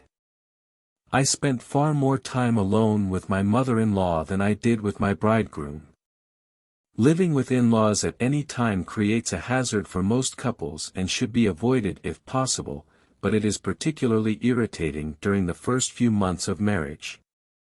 Those months are crucial because of the adjustments the two people are making. It is then that they get fully acquainted, adapt their habits, work out compromises. Any person contemplating marriage shows lack of foresight if he fails to consider the attachments his prospective mate may have to close relatives, or if he fails to weigh the chances that these relatives will ever live with the couple, and the outcome if they do. One little-known aspect of this is that some in-laws in a couple's home cause more trouble than others. The husband's mother, for example, is apt to produce more difficulties than the wife's mother because it is the wife who must spend the most time with the woman. The husband's mother often becomes a rival of the wife for the husband's attentions and, as the husband's own mother, may become head of the household. Likewise, a wife's father in the household presents more difficulties than the husband's father. It is not necessarily fatal to live with in-laws. In fact, the hazards are relatively small if the man and wife are both grown up emotionally and very happily married. If you do find yourself eventually living with an in-law in the home, remember most of all to keep all financial arrangements clear-cut, and abide by them even more scrupulously than you would if they involved total strangers. Further, don't borrow money from them. The flirt. Whether male or female, the person with the roving, aggressive eye is a poor prospect for marriage. The flirt is a poor prospect because he is basically a shallow, conceited, inconsiderate person, incapable of genuine love. He will prove a difficult, unsatisfying person to live with as a marriage partner, because the wedding ceremony will not change his fundamental characteristics. You will have trouble establishing a give-and-take relationship with him. Then, when the glamour of the wedding wears off and the normal difficulties of marriage adjustment confront him, he will find this humdrum and start recalling his premarital conquests. Soon he may be flirting again and you may find yourself with a triangle on your hands. Triangles are responsible directly or indirectly for at least a fourth of all divorces. Are you too jealous? Every person is a little jealous of his or her mate. But there is a point where the jealousy becomes excessive, and dangerous. Whether real or imaginary, the jealousy puts you in such a dark mood that anything you do may harm rather than improve the relationship. 1. Do you feel this potential mate of yours neglects you? Yes, no. 2. Do you want and need considerable attention and praise? Yes, no. 3. Does he turn and look at other girls, or does she seem to relish the attention of other men? Yes, no. 4. Do you ever try to get even? Yes, no. 5. Is your temper easily aroused? Yes, no. 6. Does it upset you to have somebody disagree with you in public? Yes, no. 7. Do you keep close tabs on him, or her, when both of you are at a party? Yes, no. 8. Do you feel envious of certain other persons of your own sex that you know? Yes, no. 9. Do you ever quarrel with this person after returning from a party? Yes, no. 10. Has he, or she, learned not to praise other people of your own sex in front of you? Yes, no. 11. Do you like to listen to gossip? Yes, no. 12. Do you sometimes feel alone when in a crowd? Yes, no. 13. Do you want this person to wait on you a good deal? Yes, no. 14. Do you think most people of the opposite sex will bear watching? Yes, no. 15. When this mate is late, do you want an explanation? Yes, no. 16. Do you ever have it out with a person who says untrue things about you? Yes, no. 17. Would you be considered a possessive person? Yes, no. 18. Have you ever suspected that some friend's mate was misbehaving and have contrived to let the friend know about it? Yes, no. If you answered 14 or more of these with yes, you are a victim of extreme and unhealthy jealousy. If however you answered less than 4 with yes, you apparently don't even love the person. Chapter 15. People who should not marry at all. Every time the marriage counseling service at Penn State has offered its course on the preparation for marriage, the class has been asked to list the qualifications they think a person has to have before he should undertake marriage. It was interesting to note that the girls in the class consistently voted for higher qualifications than the men. We have averaged the responses of the many hundreds of students and present below those qualifications mentioned by at least 50% of the students. Qualifications for marriage percentage.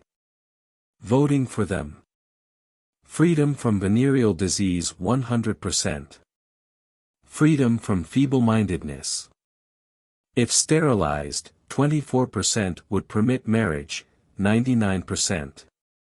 Freedom from insanity 97%. Freedom from criminality 94%. Freedom from dipsomania 91%. Freedom from drug addiction 85%. Freedom from neuroticism 76%. Proof by groom that he can support bride. This includes evidence of occupational proficiency. And at least $150 in savings, 69%. Record of no more than one divorce, if any 50%. Other qualifications suggested but receiving less than 45% of the votes were freedom from tuberculosis, cancer, epilepsy and fatal heart disease, freedom from sterility and from inherited physical defects. About 97% of the students thought that both men and women should have premarital physical exams that would determine freedom from venereal disease. We feel that there is a great deal of merit to the qualifications raised by the students. With those as a starting point, we have prepared 9 questions which you should ask yourself, and be able to answer yes. They are minimum qualifications for marriage. We feel you should have serious doubts about the advisability of marrying another person if you answer no to even one of the questions. Here they are. Is your mate sane and from a family in which no insanity is present? Except in pronounced forms, psychoses are not easily diagnosed. The borderline between sanity and insanity is no more distinct than is the line between black and white. All shades of gray exist. Many paranoidal persons roam the streets of our country and in many cases are able to carry the responsibilities of normal life, at least until they encounter continued frustration which will bring the insanity into an easily recognizable form. Insanity is not easily detected unless there is uncontrolled behavior or pronounced incompetence in obeying normal standards of behavior. In a recent book issued through the National Committee for Mental Hygiene, there is a statement that 1 out of 25 persons reaching adulthood should be confined. Another 4 out of 25 are severely neurotic and another 8 are handicapped by milder neurotic disturbances. On the basis of these findings, at least 1 person in 4 is severely maladjusted and at least 1 in 2 is maladjusted to some extent. If you are concerned about the mental balance of any possible mate, you might ask yourself these questions. Has he been confined at some time in a mental institution? Has he been rejected or released from military service because of outright mental disturbances? Does his family have a history of insanity? Is he free from syphilis? Has he ever suffered from severe injury damaging the brain? Do you know if he has shown extreme aberrations on any psychological tests to measure abnormalities of mental function? Has he failed to discharge the responsibilities of life in a legal, competent, conventional manner? Has he any record of uncontrollable rages resulting in injuries to others? Does his family physician question his sanity? While it is possible that he might be sane, though you answered yes to some of these questions, the odds are against it. You should keep in mind, however, that many boys discharged from this past war as neuropsychiatric cases are not insane, and most of them will be able to settle down within a few months after their discharge and earn a livelihood and live a normal life. Is your mate law-abiding? Does he have a record free of criminal offenses, and are his parents likewise law-abiding? Many employers, including the federal and state governments, hesitate to employ a person with a criminal record. The habitual criminal is not easily cured. Certainly 3 or more convictions for criminal offenses should indicate a personality pattern adverse to marriage happiness. In New York State, 4 convictions for criminal offenses automatically result in life imprisonment. Is your mate in fairly good physical health generally and free from venereal disease? Most of the states have passed laws providing statutory protection against syphilis. These states contain about 3/4 of the total population of the country. It is interesting that about 1 person in 100 taking pre-marriage blood tests is found infected with syphilis. In these days of the miracle sulfa drugs and penicillin, cures of venereal disease can be effected in a matter of weeks. Syphilis is a blighting disease which, if uncured, will wreck any marriage sooner or later. Anyone who is in chronic bad health due to other ailments adds a severe burden to any marriage. Is your mate free from using drugs such as morphine or heroin or marijuana? Addiction to the traditional drugs is not a serious problem in this country, but a great many young people have been taking to marijuana for quick jags, under the impression that such jags are not dangerous. Musicians particularly often use this drug. But it is a dope just as surely as opium is, its effect can be just as vicious, and it is used only by persons who are unstable emotionally and thus poor marriage risks to start with. If your mate drinks, is he temperate in the use of alcoholic beverages? The dipsomaniac is an alcohol addict just as the opium smoker is a dope addict. He is characterized by an uncontrollable craving for alcohol. In some people alcohol produces a temporary feeling of well-being and elation, sometimes called euphoria. Because it does, people sometimes turn to drinking as an escape from their unsolved problems. Bit by bit the habit of drinking is built up.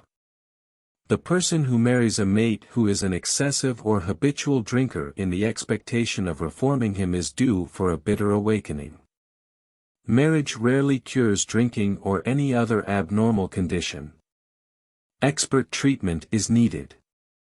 In skilled hands the drunkard is sometimes cured, if he really convinces himself that he wants to be cured.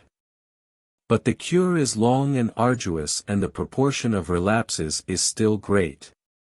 Is your mate intelligent enough to earn a living and discharge the responsibilities of life competently? There is no doubt that feeble-mindedness is inherited.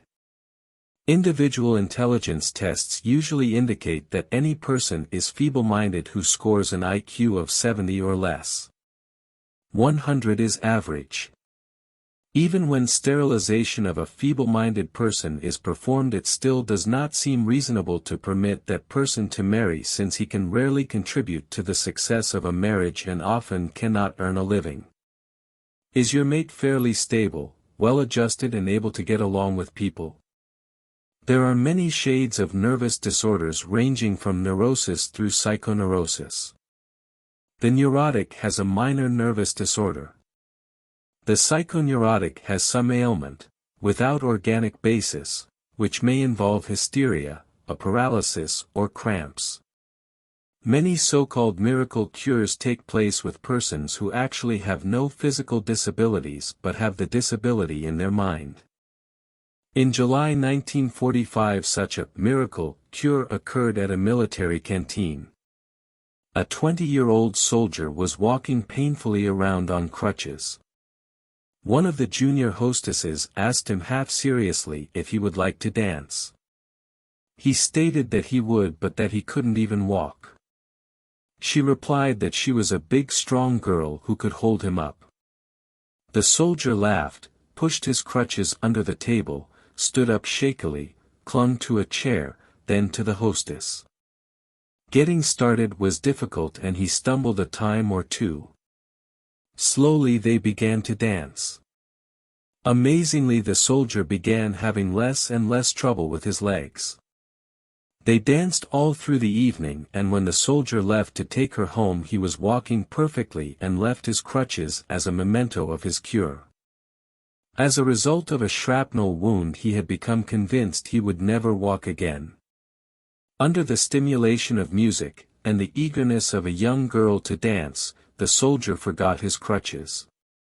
So it goes with psychoneurotics.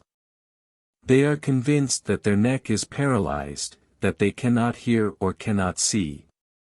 Many such cases show immediate improvement once the war is over and the frustrations and fears of war lift from them.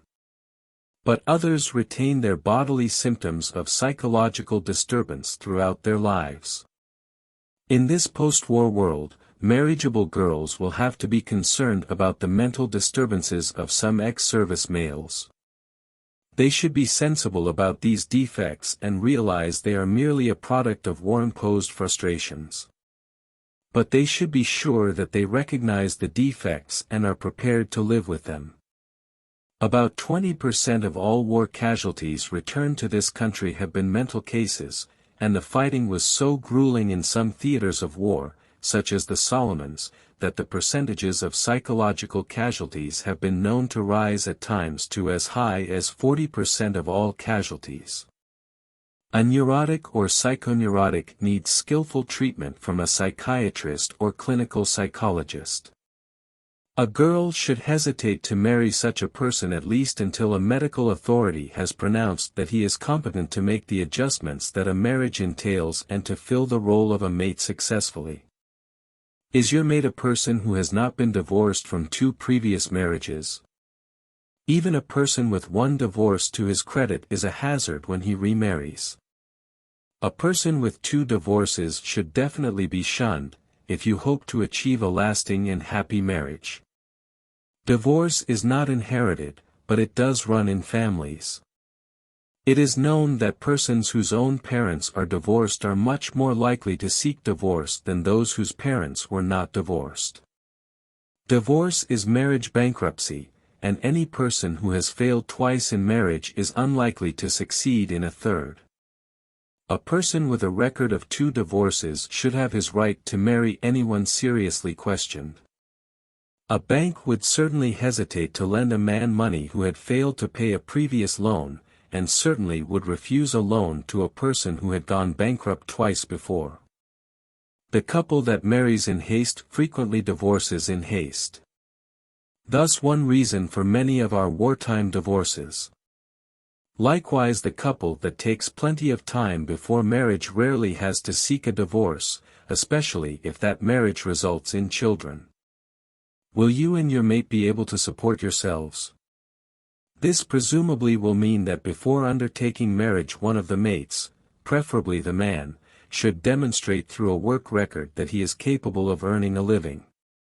Under normal circumstances, about 1 wife in 6 or 7 works to supplement the earnings of her husband. It is probable that not less than 1 wife in 50 is the sole support of the family. The best way to demonstrate ability to earn a living is for one of the mates, again preferably the man, to demonstrate occupational proficiency by at least 1 year of gainful employment. It is also important that no couple should marry without a cash reserve after the costs of the wedding. Sickness, possible pregnancy, the furnishing of an apartment and other factors make some emergency fund advisable. The Penn State students thought this saving should amount at least to 10% of the estimated expenses for the first year. In making sure you are both physically fit for a happy marriage, we recommend that you submit to a premarital physical examination. In fact, some couples like to have 2 premarital exams, one just before they become formally engaged, and the second just before they marry. It seems to us that if physical factors are found which might seem undesirable to either member of the couple, or to their families, it would be best that such conditions be discovered before the formal engagement, to avoid embarrassment. The second exam would be taken just before the marriage because the laws of many states require that the physical exam be taken within 30 days of the marriage date. Whether you plan 1 or 2 exams, there should be one thorough one, far more comprehensive than that required by law. The typical physician, in order to keep the exam reasonable in price, usually examines only far enough to find if the couple meet the legal requirements, which are primarily concerned with freedom from venereal disease. Here are some things that a comprehensive exam should cover. 1. Physical defects that may be crippling or later impair the ability of the individual to earn a living or make a home. 2. The hereditary history of each family should be checked for the possibility of insanity or feeble-mindedness or other inherited defects that might be transmitted to offspring even though not too apparent in the person being examined. 3. Because most couples will want children, the reproductive apparatus should be examined to see if reproduction is possible and that the individual is free from defects that would make conception impossible or childbirth hazardous. This would mean pelvic measurements for the female. The possibility of sterility or impotence should be checked, and any physical factor that might impair or prevent normal sexual relations should be treated. 4. There should be an investigation of the integrity and normal functioning of the heart, respiratory apparatus, and the central nervous system. 5. Freedom from venereal disease, both gonorrhea and syphilis, should be ascertained. The physical exam gives the physician an unusually good opportunity to allay any fears regarding sexual adjustment that either person may have. At the examination just prior to the wedding, the physician can give the girl instructions in the role of the female in physical intimacy. There should be an explanation of orgasm, and if desired, there can be instructions about birth spacing. Even though some factors may be adverse, that does not mean you should refrain from marrying. It simply means that both of you go into marriage with your eyes open. Furthermore, most physical defects can be corrected, often even sterility. Much of the impotence among young men is caused by psychological rather than physical factors. Is the mate a neurotic? And while you are at it, you might ask yourself whether you are too. Answer yes or no. 1. Is he or she easily fatigued? 2. Does he or she have many headaches? 3. Does the mate often feel blue? 4. Does he feel unhappy much of the time? 5. Does he frequently seem to feel lonely? 6. Does he often complain that he feels nervous and shaky inside? 7. Does he often seem to feel miserable? 8. Does he seem to find it hard to trust people? 9. Does it bother him to talk to strangers? 10. Are his feelings easily hurt? 11. Does he often have the feeling that the whole world is against him? 12. Is it apparently difficult for him to keep his mind on what he is doing? 13. Is he troubled frequently with indigestion or heartburn? 14. Does he say that he sometimes gets so discouraged he feels like giving up? 15. Does he often feel weak or as though he were going to faint? 16. Does he often have pains in his hip or back? 17. Does he think that people talk about him behind his back? 18. Does he think he has had a great deal of hard luck in his life? 19. Does he say that people frequently play mean tricks on him? 20. Does he worry about many things? 21. Does he have trouble getting along with people? 22. Does he complain of being frequently troubled with long periods of insomnia or restless sleep? 23. Does he often appear listless, indifferent or uninterested in life around him? 24. Is he suspicious of some of his acquaintances or friends? 25. Are his habits of eating or sleeping irregular and peculiar? An affirmative answer to any one of these questions does not mean the person is a neurotic by any means. But a pattern of neuroticism is apparently present in the person if he answered 10 or more with yes. He appears to be maladjusted to life. Ideally, every question should be answered no. If you feel you don't know the person well enough to answer some of the questions, score only those you are sure of. Then, if 2 out of 5 of your answers are yes, it would appear that the person may be maladjusted. And incidentally, how did you make out yourself? Chapter 16. Will a job undermine the marriage? The only thought couples usually give to their respective careers at the time they decide to marry is whether there will be enough income to support them. Actually, the type of work the groom does may produce irritations that may ruin the union. Or if the bride wants to continue her career after marriage, that may cause trouble if not handled carefully. Let's take the problem of the bride first. Should she continue her career or devote all her energy to managing a home? There is, of course, no final answer. We know of many married couples who have worked out excellent relationships while the wife continues her career. But we also know that such an arrangement is not normal and that it often produces difficulties because of psychological factors. It is apt to be a blow to the husband's sense of mastery of his own home if the bride decides that he can't support her properly on his salary. It deprives the wife of the opportunity to win the husband's affection and appreciation for her homemaking skill. Believe it or not, one very important appeal of marriage to a man is to have his favorite dishes home-cooked and waiting for him when he comes home from work. If the wife has a career, the couple usually ends up eating out or eating warmed-up delicatessen specials. Finally, a career makes it difficult for a wife to bear and rear children, and children are another of the big values of marriage that hold couples together. Homemaking is a definite career, and if there are children, a full-time career. There is far more to making a home than the housekeeping end of it. A homemaker is a physician when the husband or child is sick, she is an interior decorator, she must be a good cook and dietitian, she must be an expert on clothing repair, she must be a good teacher and an expert on the psychology of handling children, she must often be a judge in settling arguments, she must be an expert purchasing agent because she will spend at least 80% of the family's income. She must be some sort of bookkeeper if she keeps the budget and pays the bills, she must be a repairman who can replace a fuse, repair an electric light cord, put oil on a squeaking hinge.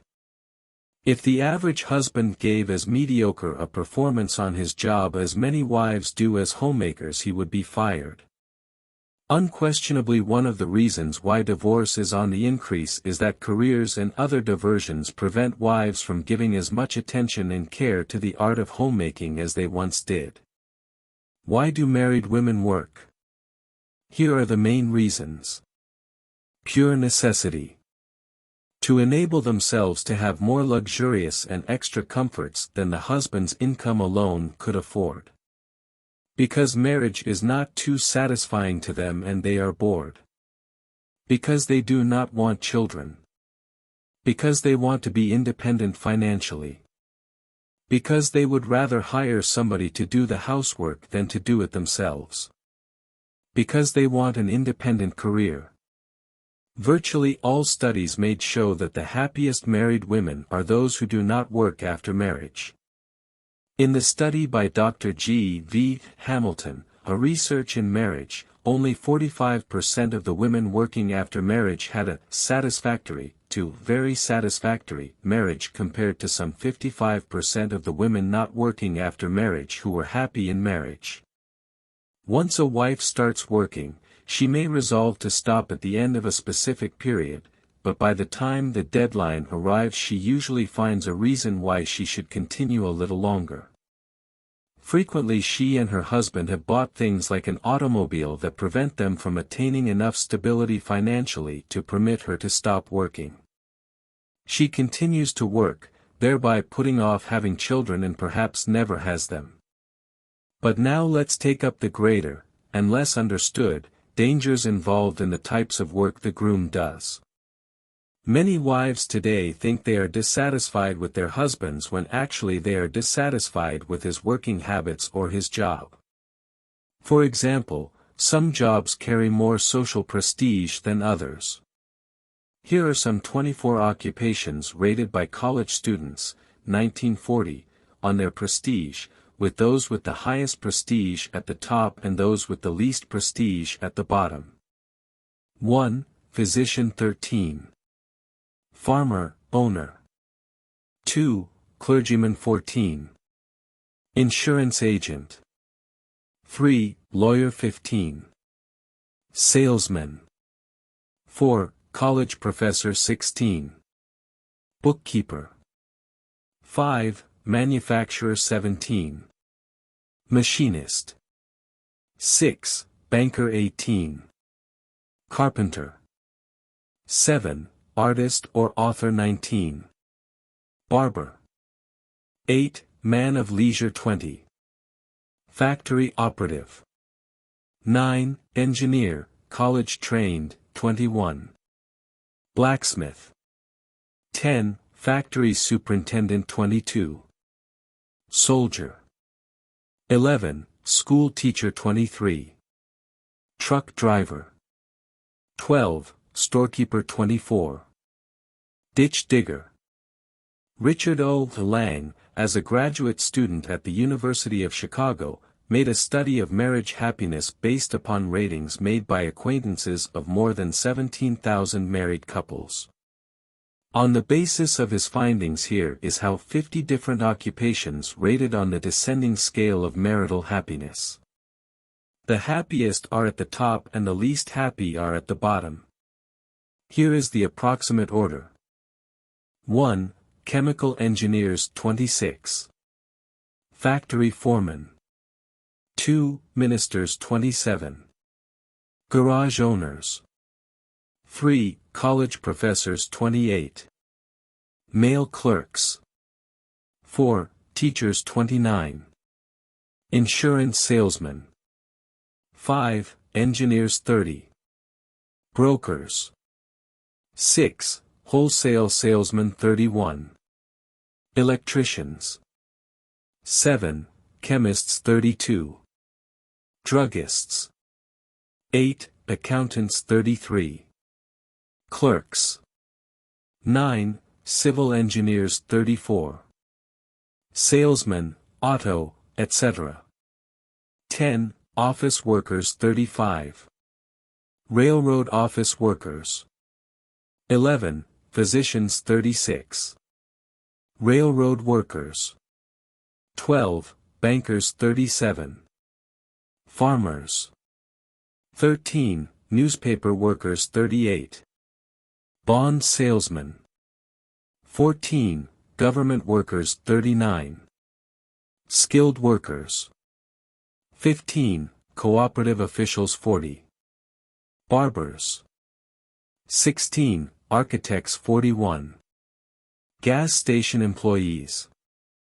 17. Large business owners 42. Truck drivers.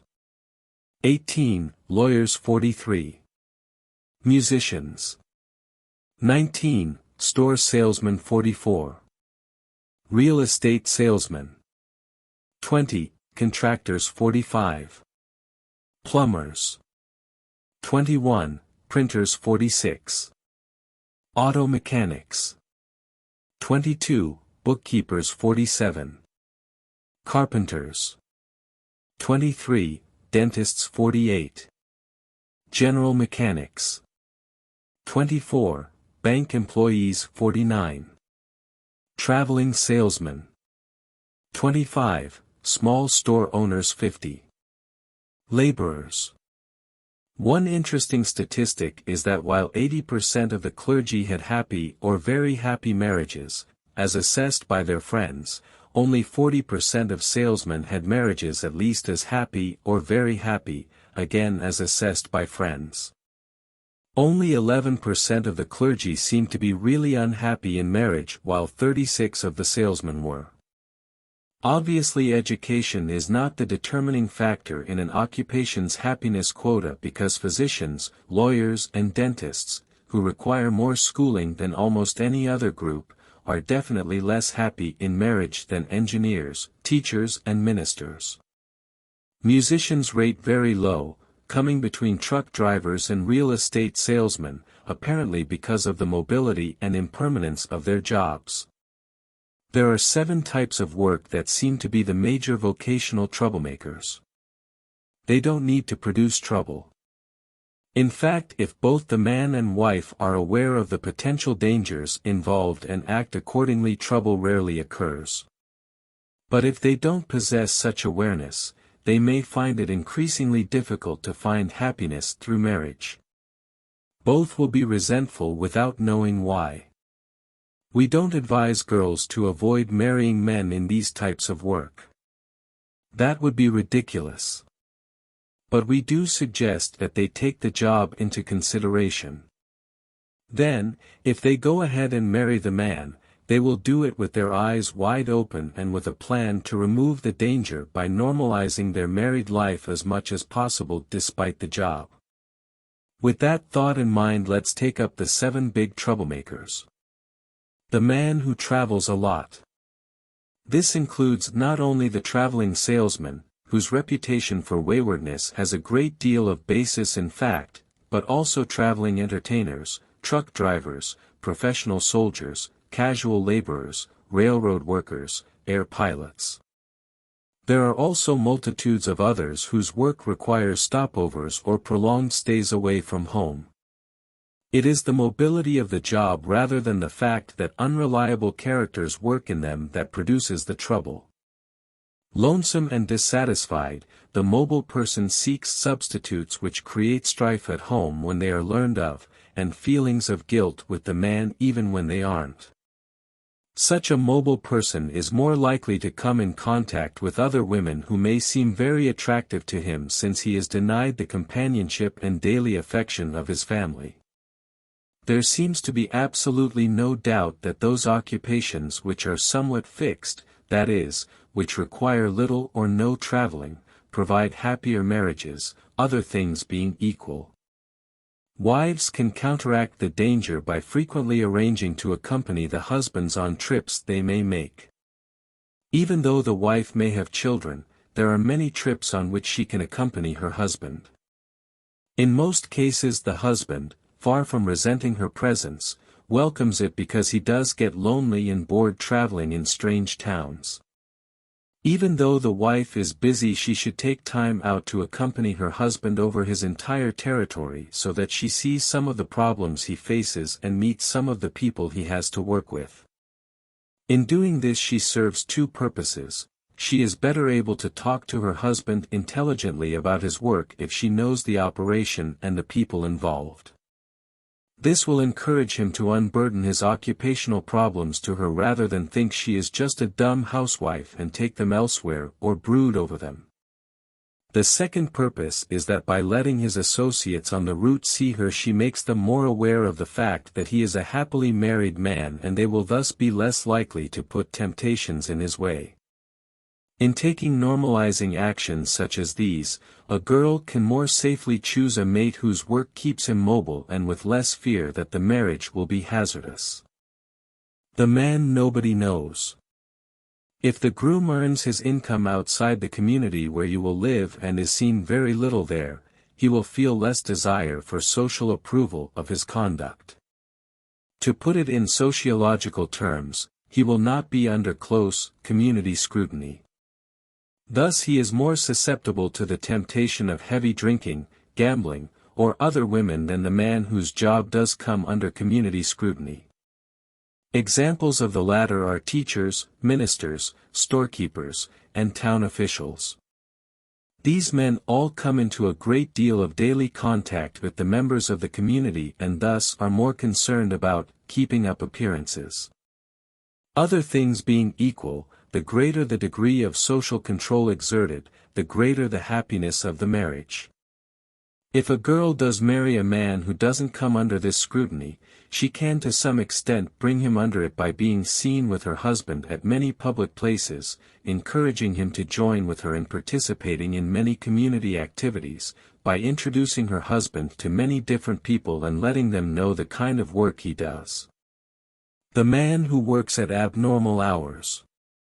During the war we came to hear a lot about the swing shifters. But in war or peace there are millions of men who keep unusual hours: policemen, newspapermen working on morning newspapers, bartenders, night watchmen, etc.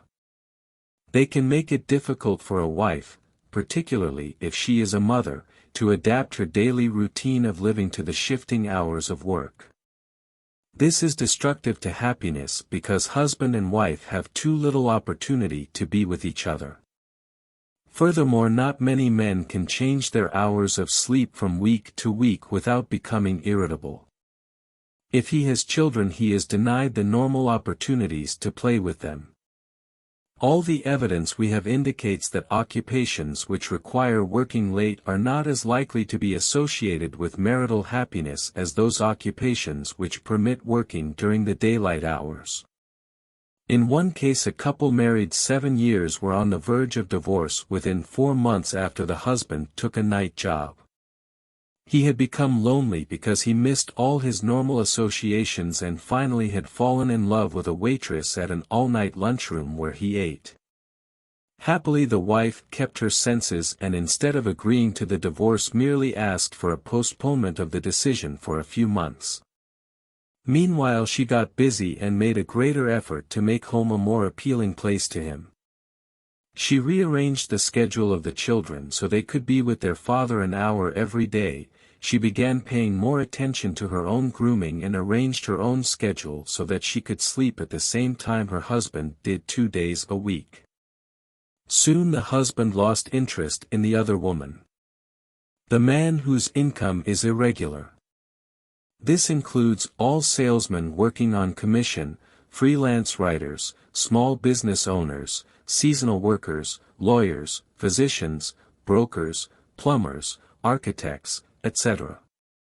One fact that has been noticed repeatedly in marriage studies is that regularity of income has a considerable influence upon marriage happiness. Apparently, couples having regular incomes are better able to plan their expenditures and savings, to be neither flush at one time nor impoverished at another, and are better able to work out long-term financial plans. At any rate, there seems to be a good deal less bickering where the income is regular. To live happily with a man with a fluctuating income, the mates need to show the wisdom of the biblical Joseph, by saving during fat months for lean months, and by keeping an unusually rigorous eye on the accounts. If they can save up a real backlog, and can take a philosophical attitude toward the whimsies of his income, they should have no more trouble than the average couple. The savings will provide a psychological cushion as well as a real one. The man whose work is dirty or nerve-wracking. We know a farmer who says his wife is so annoyed by his dirty clothes that she won't touch them and won't let him inside her house until he puts on dress shoes. Such wives should remember that dirt is an honorable mark of a farmer's, a mechanic's, or a coal miner's occupation. And perhaps if approached good-naturedly, he can be persuaded to change to clean clothes before leaving the site of his work. Other husbands have jobs whose work is noisy, tense, or exacting. This includes steeplejacks, tunnel builders, foundry workers, pilots, etc. The jobs leave the husband emotionally exhausted and highly irritable. The wife of such a man will find herself involved in repeated quarreling and sniping unless she realizes the husband's state of mind when he comes home and sees to it that he has a warm bath and an hour of rest and relaxation before she disturbs him or approaches him with any family problems. The man who feels insecure in his job. Job security, like regularity of income, is an important factor in marriage happiness. A number of studies have shown that the most contented and satisfied men are those who feel secure in their job. The assurance of permanence enables the man to be serene. When a man feels insecure in his job, he is more likely to change jobs frequently, hoping to improve his tenure. This constant changing of not only jobs but the accompanying new neighborhoods and school systems for the family produce frayed nerves and many annoying problems. Loss of work, even though it is temporary, brings worry over where the next meal is coming from, brings in the possibility of public relief, lowers the man's self-respect and may decrease his wife's confidence in him as a worthwhile husband and provider. Undoubtedly one of the reasons for the rise of the divorce rate after the Great Depression was the tension engendered by threat of unemployment which placed great strains upon family living. If a girl marries a man in such a status, she should be prepared to help her husband by not being critical of his work and by not throwing it up to him that he is unable to get a permanent job. She can even encourage, and sympathetically help him get some specialized training that may prepare him for a better job which offers greater security. Perhaps he can do it at night or by correspondence courses. Far more men than do would seek to improve their vocational skills if their wives would encourage and inspire them to become more competent. The man who is not proud of his job. Social prestige of an occupation is an intangible factor that nevertheless has a great deal to do with marital happiness. A man is more likely to work out a happy marriage when he is engaged in work that is approved and respected by the community. If the man is a gravedigger or bill collector or dog catcher, the wife, and particularly the children, may be sensitive about the lack of prestige involved. If such a marriage is to succeed, the wife must realize that her man is performing an essential function in the community. Further, she should realize that if such a family seems to live happily together, if they are active in church and community affairs and lead respected lives, they will be accepted for what they are and not for what the man's occupation happens to be. One of the happiest, most respected men we know is the garbage collector in a New England town. We repeat, the 7 types of men we have just discussed are not necessarily to be shunned as mates. But girls marrying them should realize the problems that may be involved. Chapter 17. The Veteran as a Mate. Most of the marriages from now until 1955 will involve veterans of World War II. It is probable that at least 8 million veterans will marry by then. During these years our marriage rate is expected to be the highest in our history. For this reason, if for no other, it is pointless to make any special problem of the veteran, as so many people are trying to do. It is true that war changes men, but it also changes the girls who stayed at home, and for that matter the men who happened to stay at home. There is no need to discuss the question, should a girl marry a veteran, because most girls will marry veterans anyhow, and there is no reason why they should hesitate. But what we will do now is point out some of the changes that occurred while the man was away so that the veteran and the girl can understand each other better. In many ways the veteran is a better prospective mate than when he went away.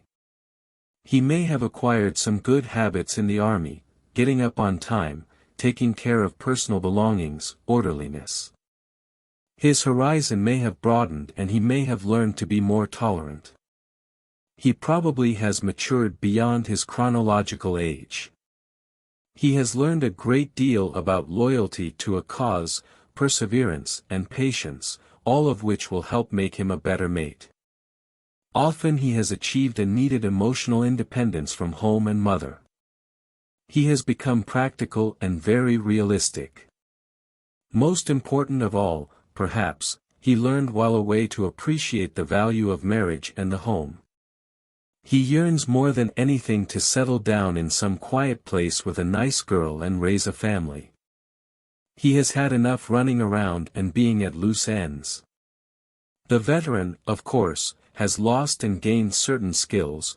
He may seem crude and he may appear to have lower ideals and standards. He worries a great deal about the future, is somewhat unsure of himself in some civilian situations. Ernie Pyle, the late, famed war correspondent, pointed out some of these changes when he wrote, "Our men can't make the change from normal civilians into warriors and remain the same people. Even if they were away from you under normal circumstances, they would not come home just as you knew them. They are bound to be different people from those you sent away. They are rougher. Killing is a rough business. Language has changed from mere profanity to obscenity. They miss women. They expressed longings. Their whole conduct show their need for female companionship. Money value means nothing to them. A man learns to get what he needs by requisitioning. It isn't stealing, it's the only way to acquire certain things.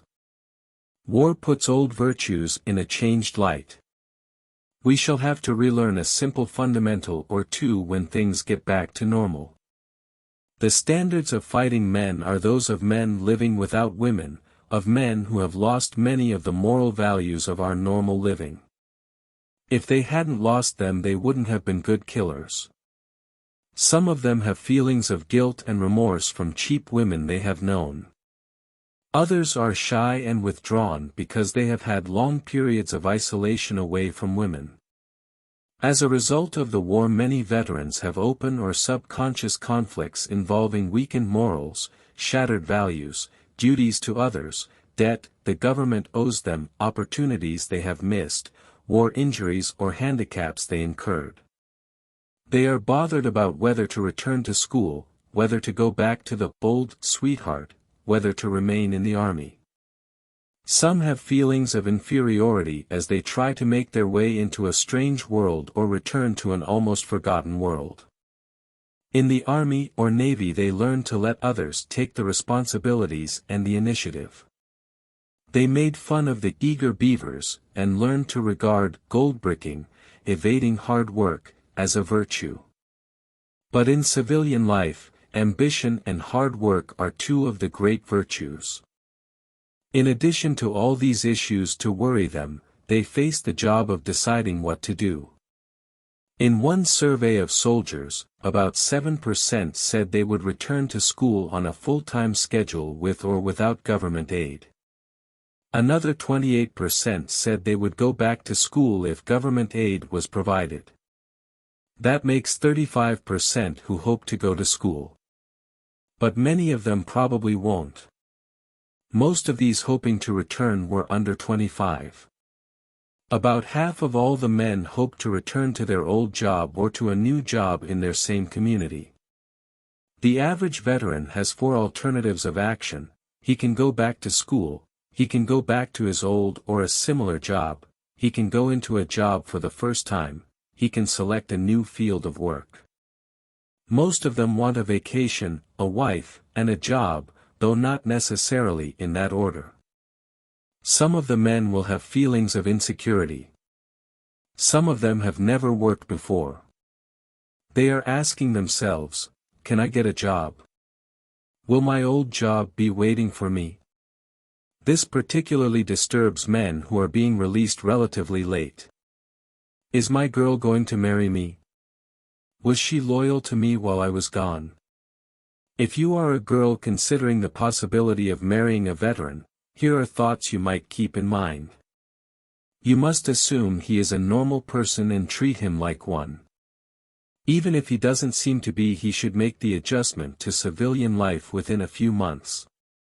Don't confess any misdeeds of your own, they will only upset him and add nothing either to the present adjustment or future happiness. Talk out your problem, your futures, carefully and in detail. This will help both of you be sure of the responsibilities you face in marriage and will cause both of you to plan systematically and not haphazardly about the future. If you agree to marry, go ahead and be married in church with a conventional ceremony with all the trimmings. Unless he is terribly opposed, don't be contented with less than a church or home wedding with the friends and families of both present. Studies have shown that marriages that took place within the sanctity of the church tend to be happier than those that do not. In dealing with him during the first few weeks, don't tell him what to do or where to go. Make him feel relaxed, encourage him to wait on you, make him feel useful. If you are a returning veteran, you should accept the fact that you are going to find your girls different from when you left. And it won't be all aging. They have been working in greater numbers than ever before and on the surface are more independent. In spite of this, remember that girls want to be treated gently and considerately. They still love soft lights and sweet music, they want to hear your compliments, they want that tender goodnight kiss if they like you, and that romantic conversational interplay. You must not forget that you have been away a long time. You may find your feminine psychology rusty. Girls are still soft and sentimental, still wanting to be made love to, still wanting to marry and make homes and have your children. Don't let the inhumanity of war make you cynical. Such an attitude would keep you from finding the mate with whom you can be happy. Will you pick your mate or will she pick you? Because of the surplus of women over men now, you can do the picking. You don't have as much ground for wondering whether you will marry as the girls do. But will you pick your own mate? Probably not. It has been said, a man rushes after a woman until she catches him. Actually, picking a mate nowadays is a mutual process, both of you pick each other. It is a complicated process and probably neither of you knows quite what is going on. Part of the time one of you may be more aware of what is going on than the other, part of the time neither of you is sure. What kind of a mate should you look for? These things have been covered in detail in previous chapters. However, here are a few thoughts that take on particular pertinence when applied to veterans. Ask yourself: will she make me a good wife? Can she cook, sew, run a home? Is she the sort of girl I would like to have as a mother of my children? Will she wear well? Don't pick her just because she is glamorous, because glamour and good looks are largely cosmetic processes anyway. Is she selfish or is she considerate of me and my well-being? What are her good traits? What are her poor traits? Don't marry a girl who has traits that are opposite of your own unless she is opposite only in good traits which you lack. For example, if your own parents were unhappily married, pick a girl whose parents were happily married. If you feel unsure of yourself, pick a reliant, confident girl. If you are quite irritable, be sure to get a mate who is definitely tranquil. What about the men who have been physically or mentally hurt by the war? Should a girl shun a man who has a war injury?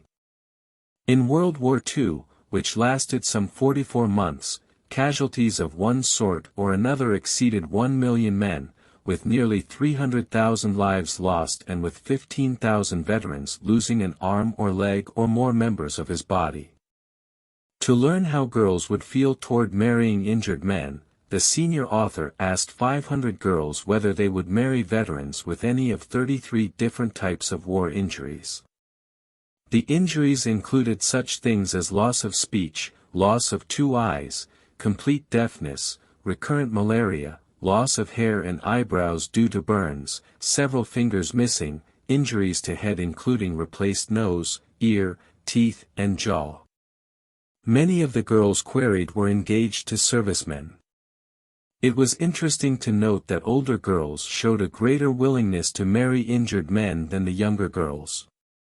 This may be due to the fact that the older girls are more concerned about their chances of marrying. Also, engaged girls showed a greater willingness than unengaged girls. The reason for this may be that engaged girls know the capabilities of their fiancés and can see how their men could be successful at a job and marriage in spite of an injury. Of the 33 injuries, only 4 were checked by the majority of engaged girls as serious enough to impel them to withdraw from their engagements.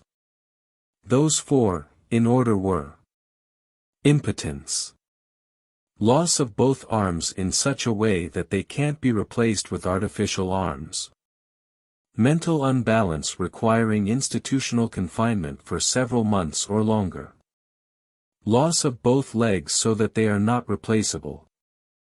While, as you notice, these fiancés felt extremely reluctant to marry a man who had lost his sexual potency, only a small proportion, 16%, would refuse to marry an ex-soldier who had become sterile.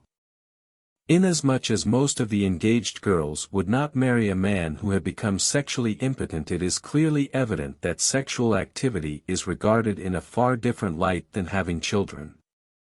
Most of the girls would marry if they could have sex even though there were no possibility of conceiving children.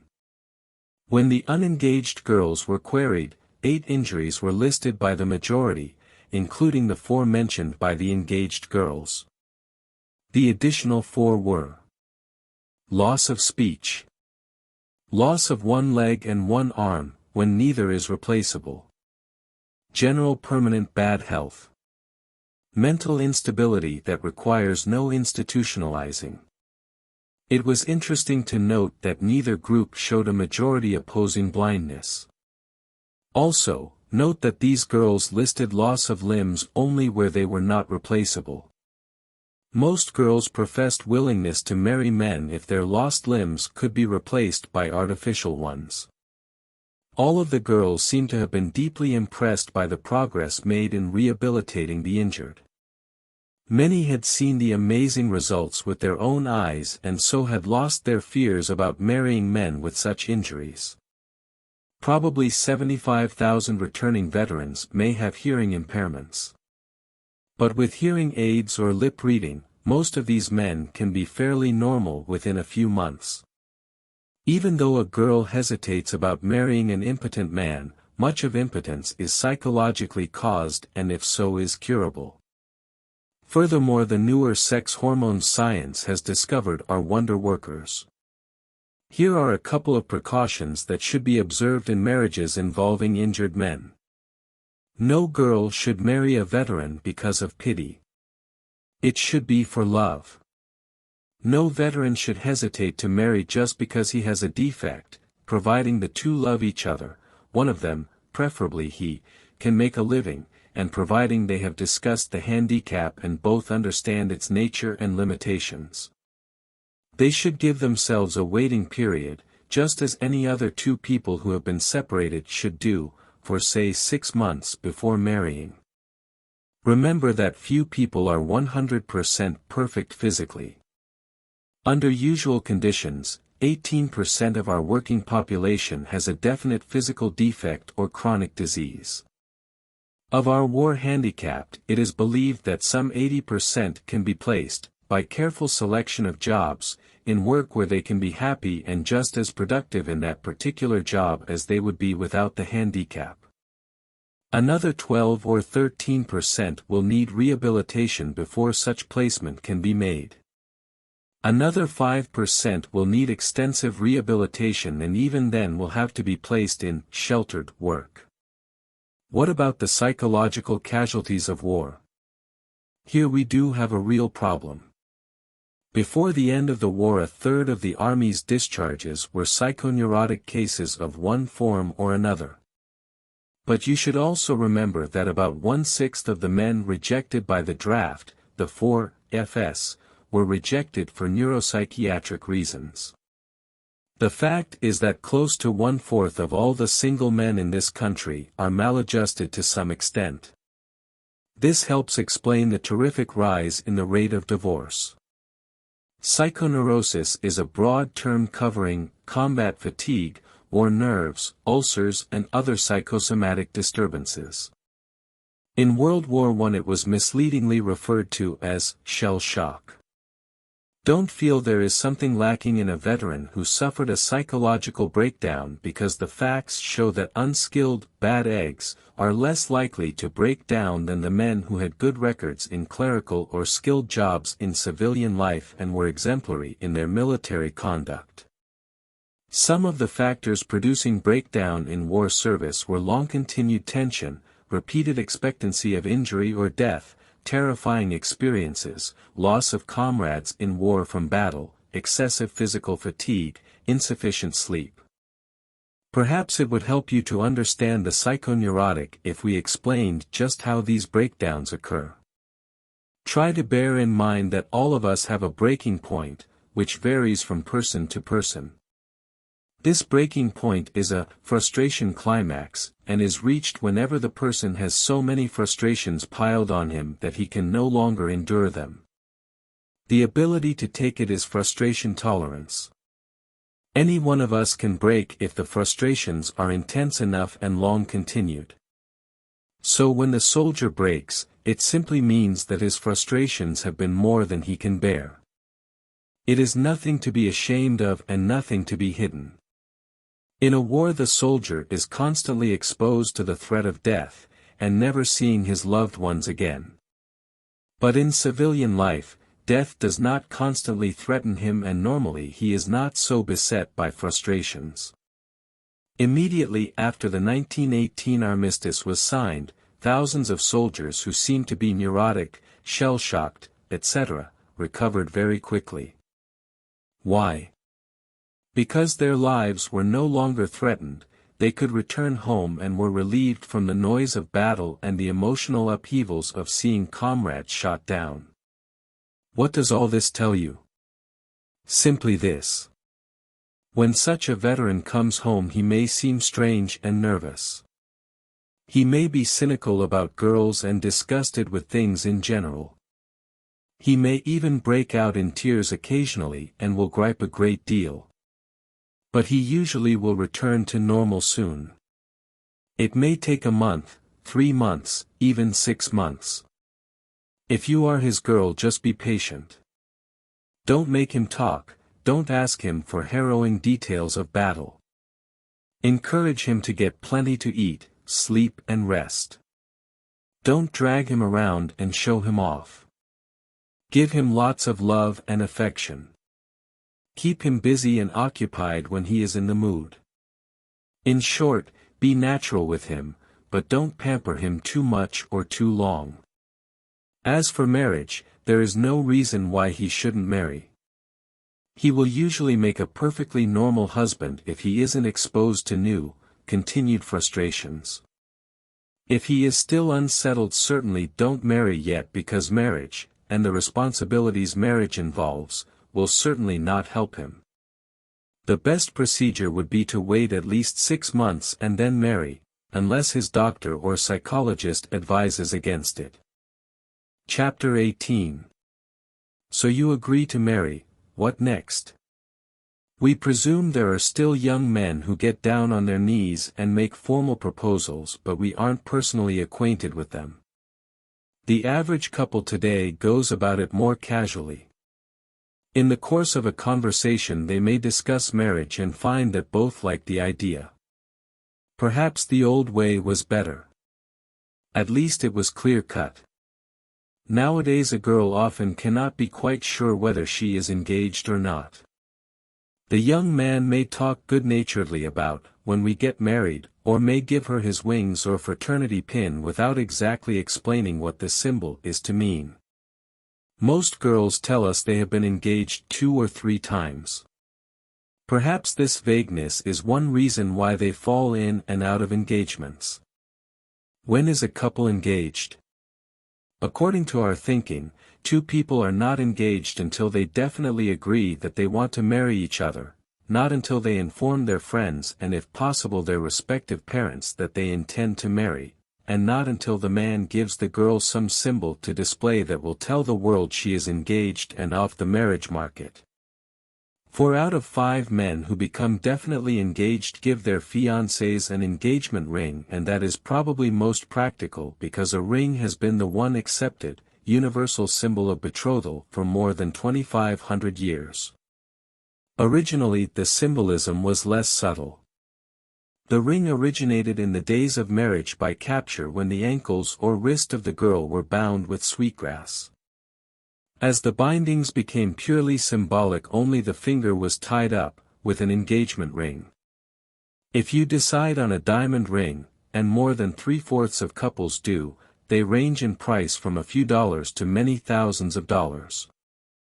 According to one of the women's magazines, more than half the engaged girls get diamond rings costing about $50. Whatever the symbol adopted, it should serve the purpose of taking the couple out of circulation, and to provide exclusiveness for each other. That is one of the basic conditions of an engagement. Exceptions can be made if the man is away for a prolonged period, but as a rule there should be no extracurricular dating. Here are some of the purposes that an engagement should serve in addition to taking you out of circulation. Engagement provides a period of deepening love and affection during which there is an awakening of sexual feelings which will make the couple yearn for the full intimacy which marriage permits.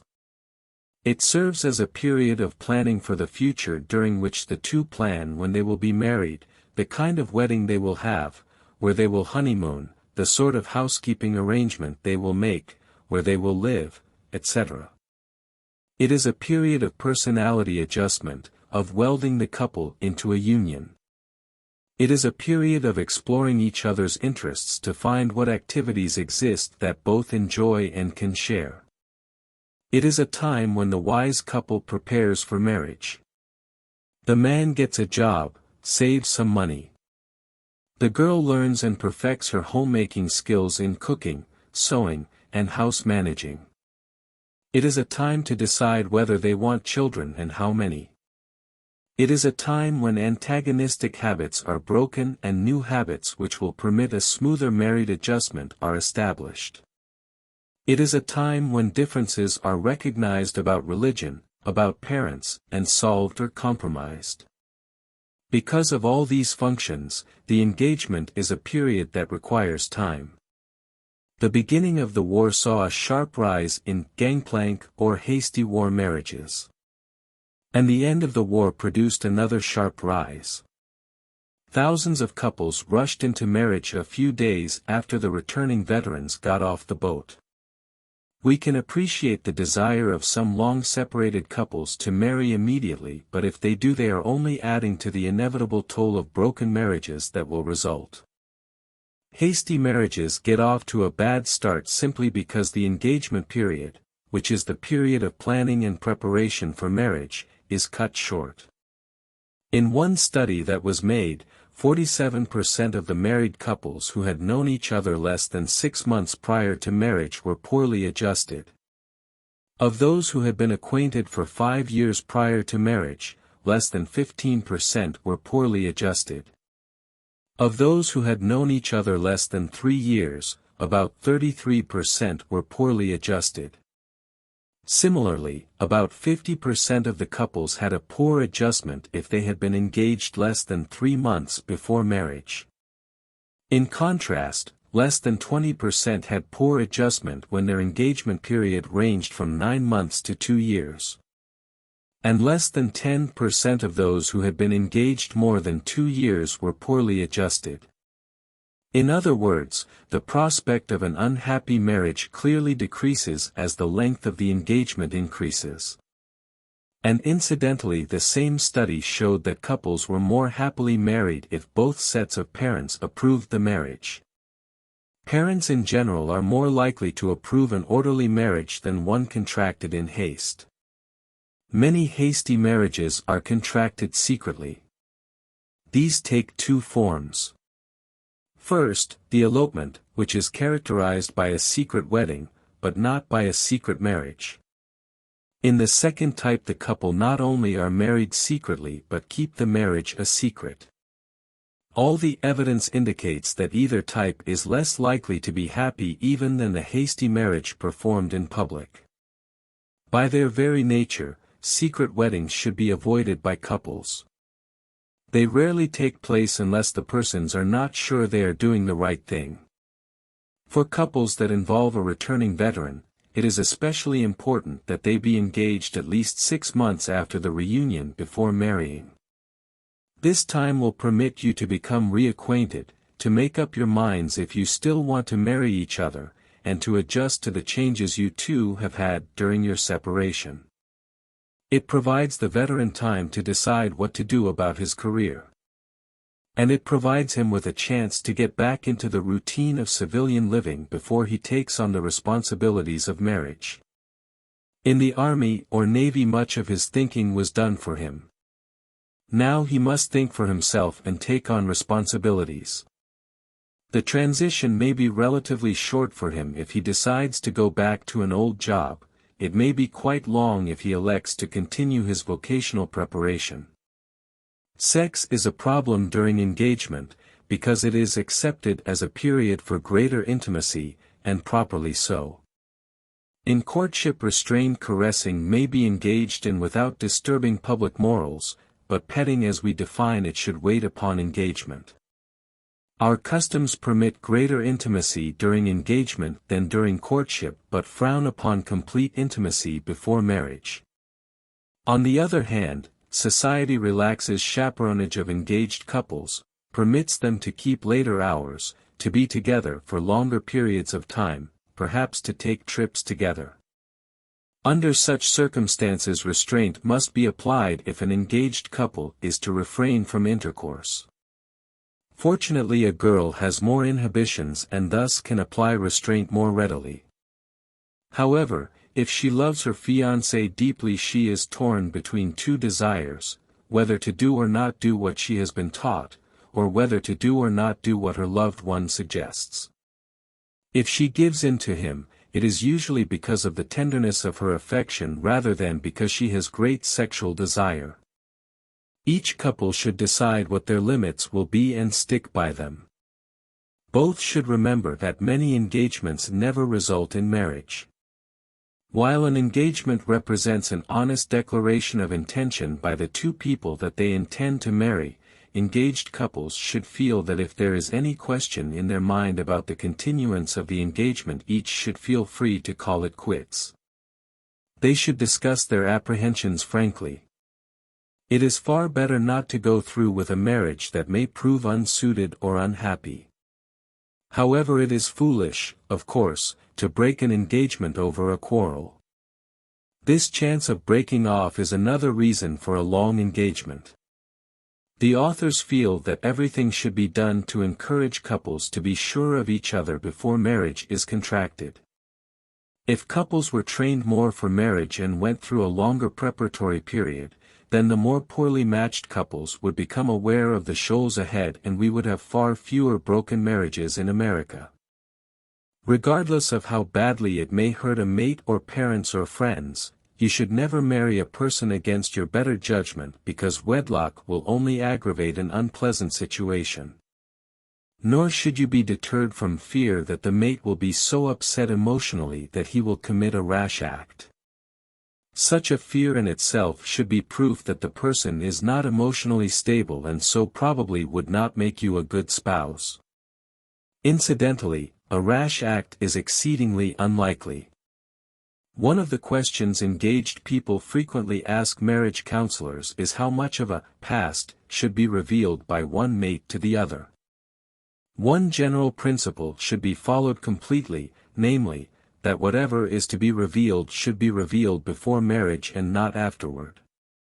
A second principle is that lurid confessions of the past do not provide a good basis on which to begin a marriage. In most cases, we believe, it is wiser for the young couple not to tell each other things that may build resentment or distrust or may create hurt or may produce problems outweighing whatever might be gained through telling. Just because one becomes engaged is no reason why every skeleton must be rattled. The only thing that a couple should tell each other are things that would have a bearing on their future happiness in marriage. Such things as concealed physical defects, previous marriage, legal embarrassments, debts, etc., should be told because they will come out sooner or later anyhow. However, if you do feel impelled, perhaps through feelings of guilt, to reveal disagreeable aspects of your past, discuss it with some trusted confidant or physician beforehand to confirm the wisdom of doing so. And when you do make the revelation, do it casually and without emotion and without making a great fuss over it. Engagement is a time of growing tolerance and trust and understanding.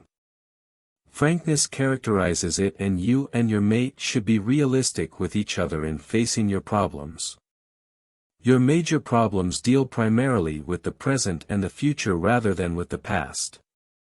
One evidence that you are trying to solve them is the willingness with which you freely discuss them with each other, with your parents and with your trusted confidants. Chapter 19.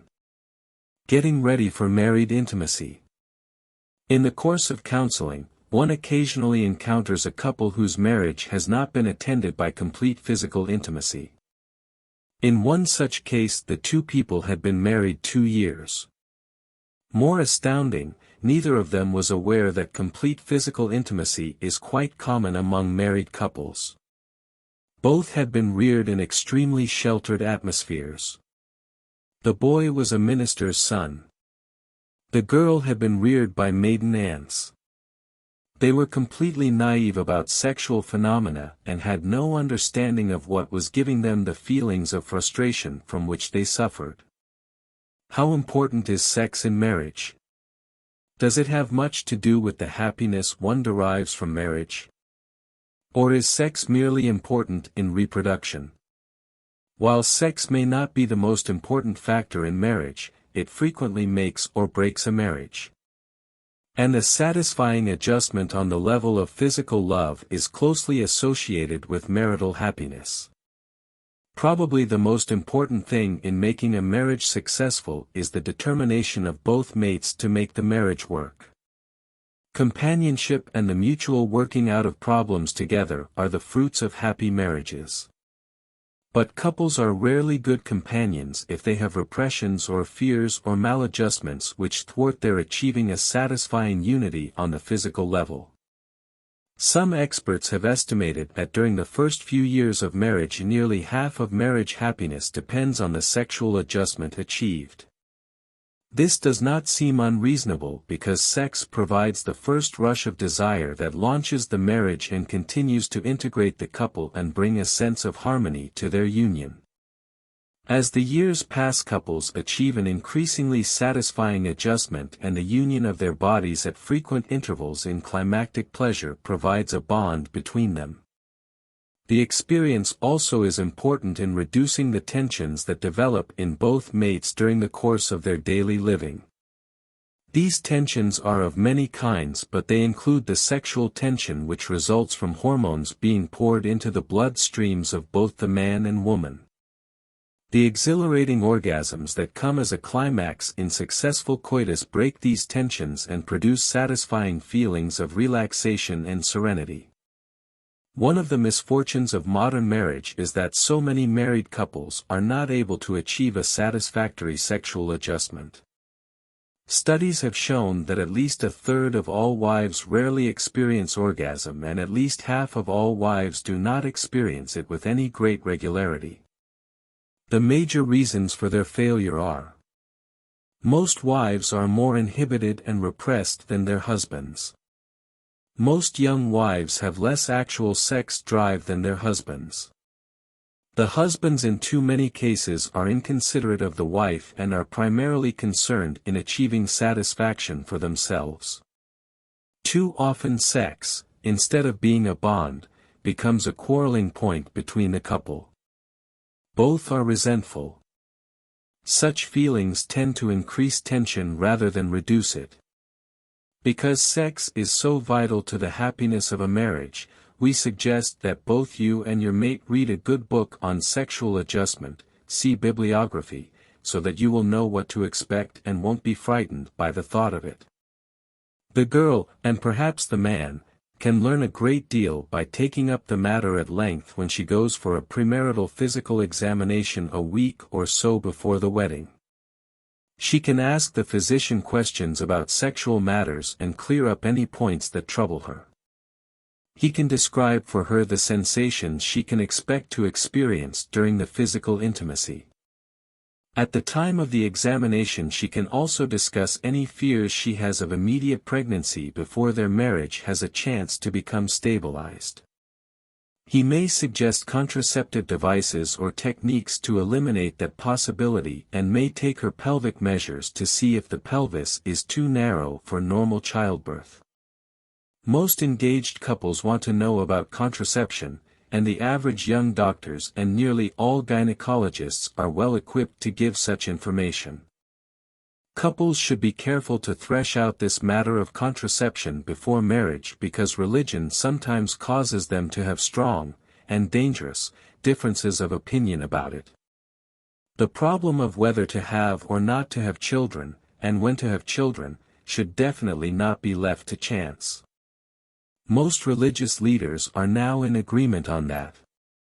For those couples whose religion forbids contraceptive devices, the rhythm method can be followed, although this method is not recommended for couples whose religion permits them to use other methods.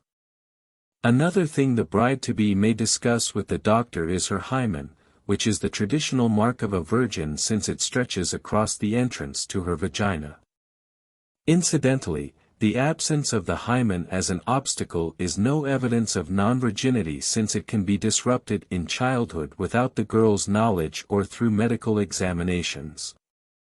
If it is so thick that discomfort may be experienced during first intercourse or if it prevents intercourse entirely, the doctor may prescribe a simple treatment.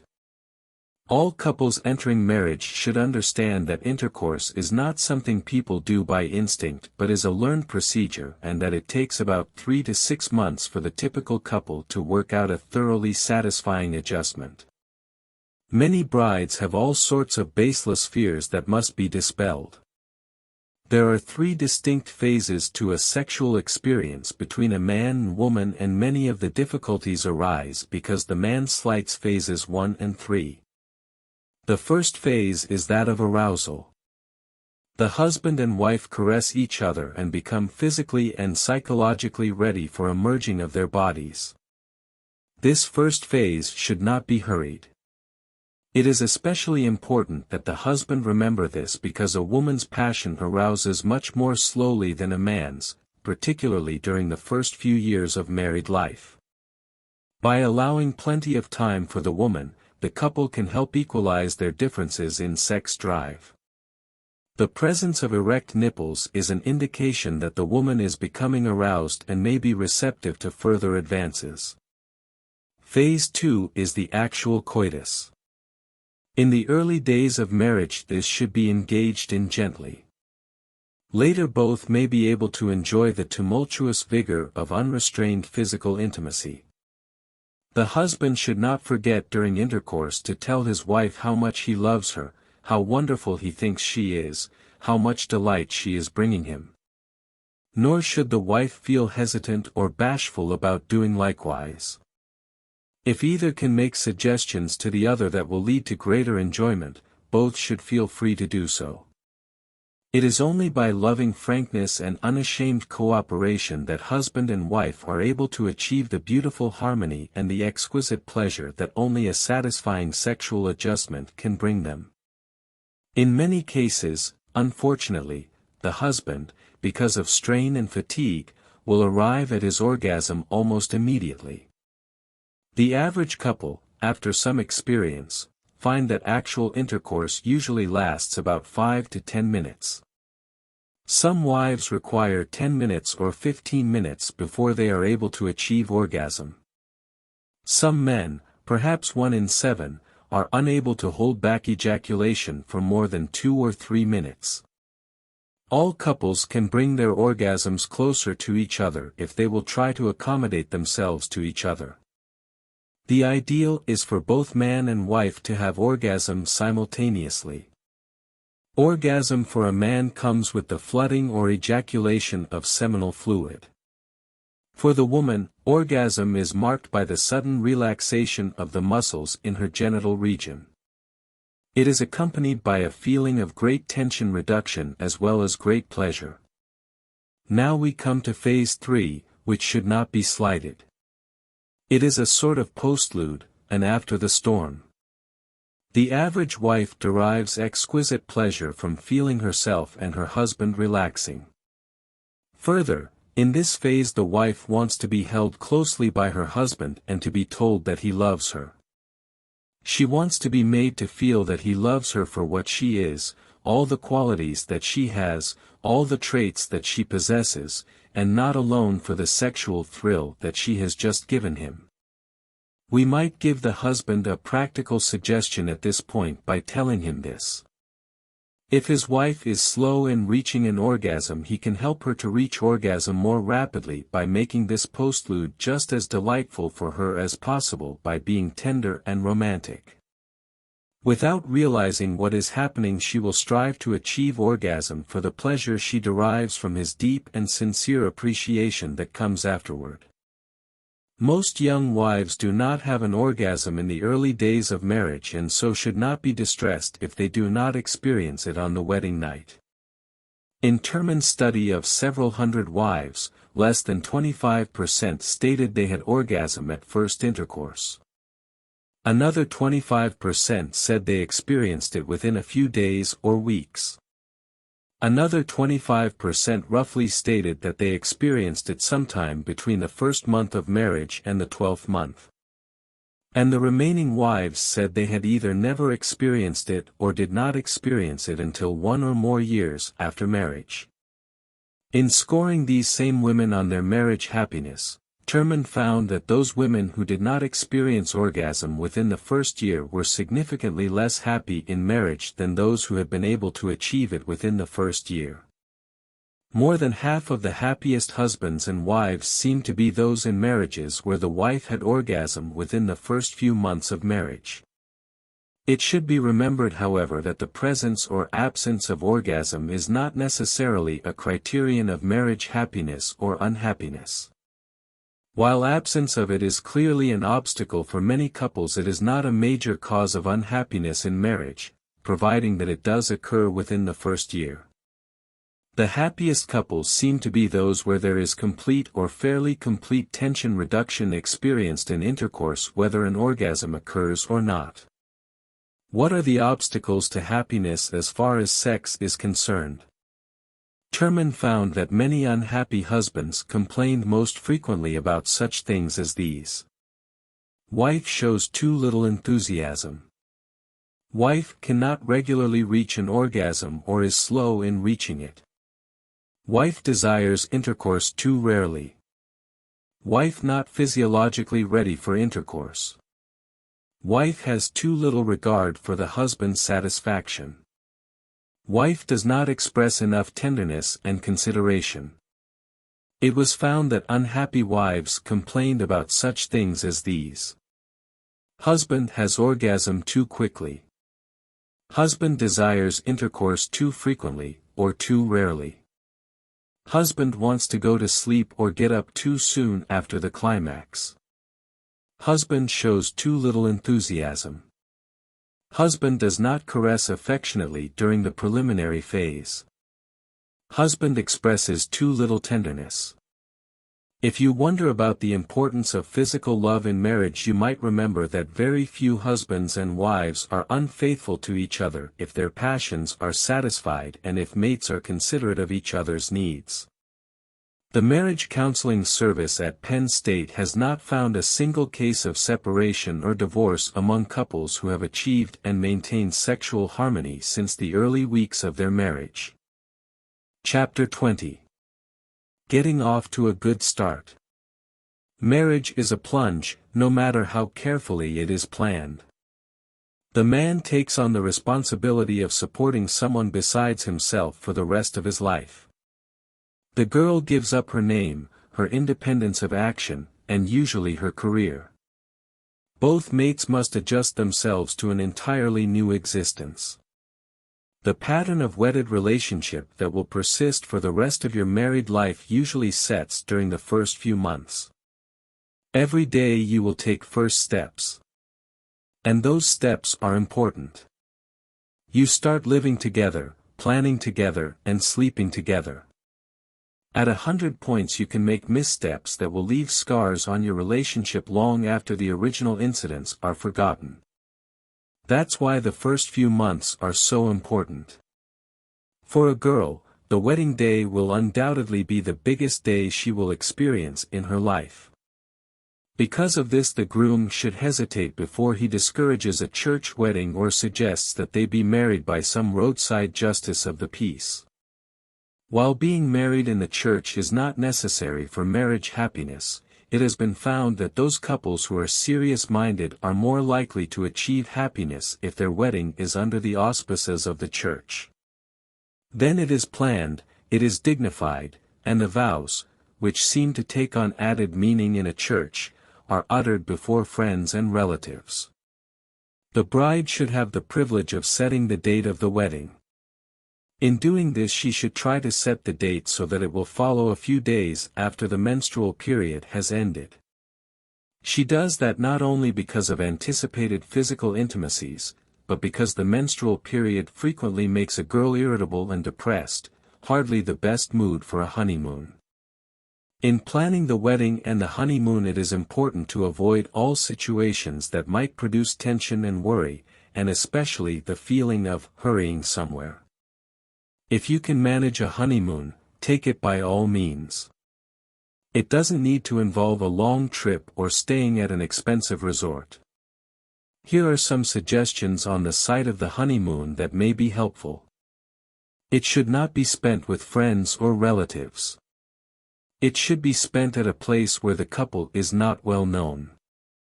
It is better to spend it in the country or a small town rather than in a bustling metropolis. It should be spent where there will be no obligations to attend social functions or to meet definite schedules. It should be spent where both will be completely free of outside responsibilities, such as cooking their own food, so there will be no limit on the time they can be together.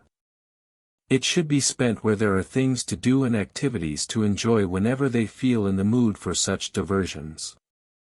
The first adjustment faced by the typical married couple is sexual, for the typical couple engages in sexual intercourse on that first night. If they have discussed their attitudes on sex before the wedding, they have paved the way. Nevertheless, many couples feel self-conscious on their honeymoon night. Perhaps they would be even more self-conscious if they realized that marriage happiness during their first few years will depend a great deal on achieving a good sexual adjustment. Often a husband can make that first night easier for a wife if he finds an errand to perform while his bride is preparing to retire. He may even suggest to her that he will be gone for 15 or 20 minutes, which will give her a chance to be in bed when he returns. However, if she seems eager for him to remain, he should do so, because she may be a little fearful of being left alone. In any case, it is important that both respect each other's privacy especially carefully during the first few weeks. Marriage, as we say, is an abrupt step, and each should strive to ease the impact of the transition as much as possible. If the new husband is ever romantic, it should be now. The bride is probably a bit nervous about what is to follow, and this can be largely dissipated if the groom is gallant and endearing and considerate. This is not only the decent thing to do but is sound psychology. It will build up in her a feeling of pride in him and a desire to share with him everything possible. Actual intercourse should not be launched on that first night if the passions of both are not genuinely aroused. It is important that both the bride and groom be completely agreeable before the first intimacy is experienced. If the bride remains apprehensive about it, they should content themselves with milder intimacies and take up the matter another night. They should not feel there is some hard and fast tradition that they must have an experience that first night. If the bride is a virgin and still possesses the impediment of one, both should understand that some pain will be experienced during the first intercourse and neither may achieve a climax. Further, both should understand that sexual adjustment is learned, not inherited. The initial learning may be somewhat awkward and not too satisfying. It's not a natural, spontaneous thing, contrary to the average young person's notions. It is this misconception that frightens many brides into frigidity when they find intimacy doesn't come naturally to them immediately. Many feel that there must be something wrong with themselves when they don't enjoy it from the start. But if they are patient and gentle with each other, within a few weeks they should sense the deep thrills that lie in store for them. And within 6 months at most, they should have achieved a grand and satisfying relationship. If they are to achieve anything beyond animalistic excitement, the aim of both the man and girl should be not to receive satisfaction but to give satisfaction. It is this considerateness that makes the act sublime and enriching. It welds them into a strong union. As the honeymoon progresses, something usually happens toward the end that jolts the couple back to reality. For the first time, perhaps unconsciously, the groom starts acting like a husband or the bride like a wife. Usually it is the groom. Perhaps he forgets to kiss his bride when he leaves her for a few hours. Perhaps she catches him thinking of something else while she is confiding her love. Or perhaps he just refuses to get up and look at the gorgeous sunrise that is thrilling her. This little baptism comes sooner or later, and brides should prepare themselves for it. It signifies that the honeymoon is just about over and that they are returning to the day-to-day job of living together as two human beings. The bride may feel let down or heartsick. She may even cry a little or flare up and upbraid him. Or worse, she may retreat into her shell. If she fails to handle the incident calmly and retain her sense of proportion, she may develop an attitude that will get them off to a bad start. As they get down to the day-to-day job of adjusting themselves to married life, the wife will find that the major burden of the adjusting falls on her. That is because the woman normally must rearrange her life, upon marriage, more than the man, despite the fact that they are partners.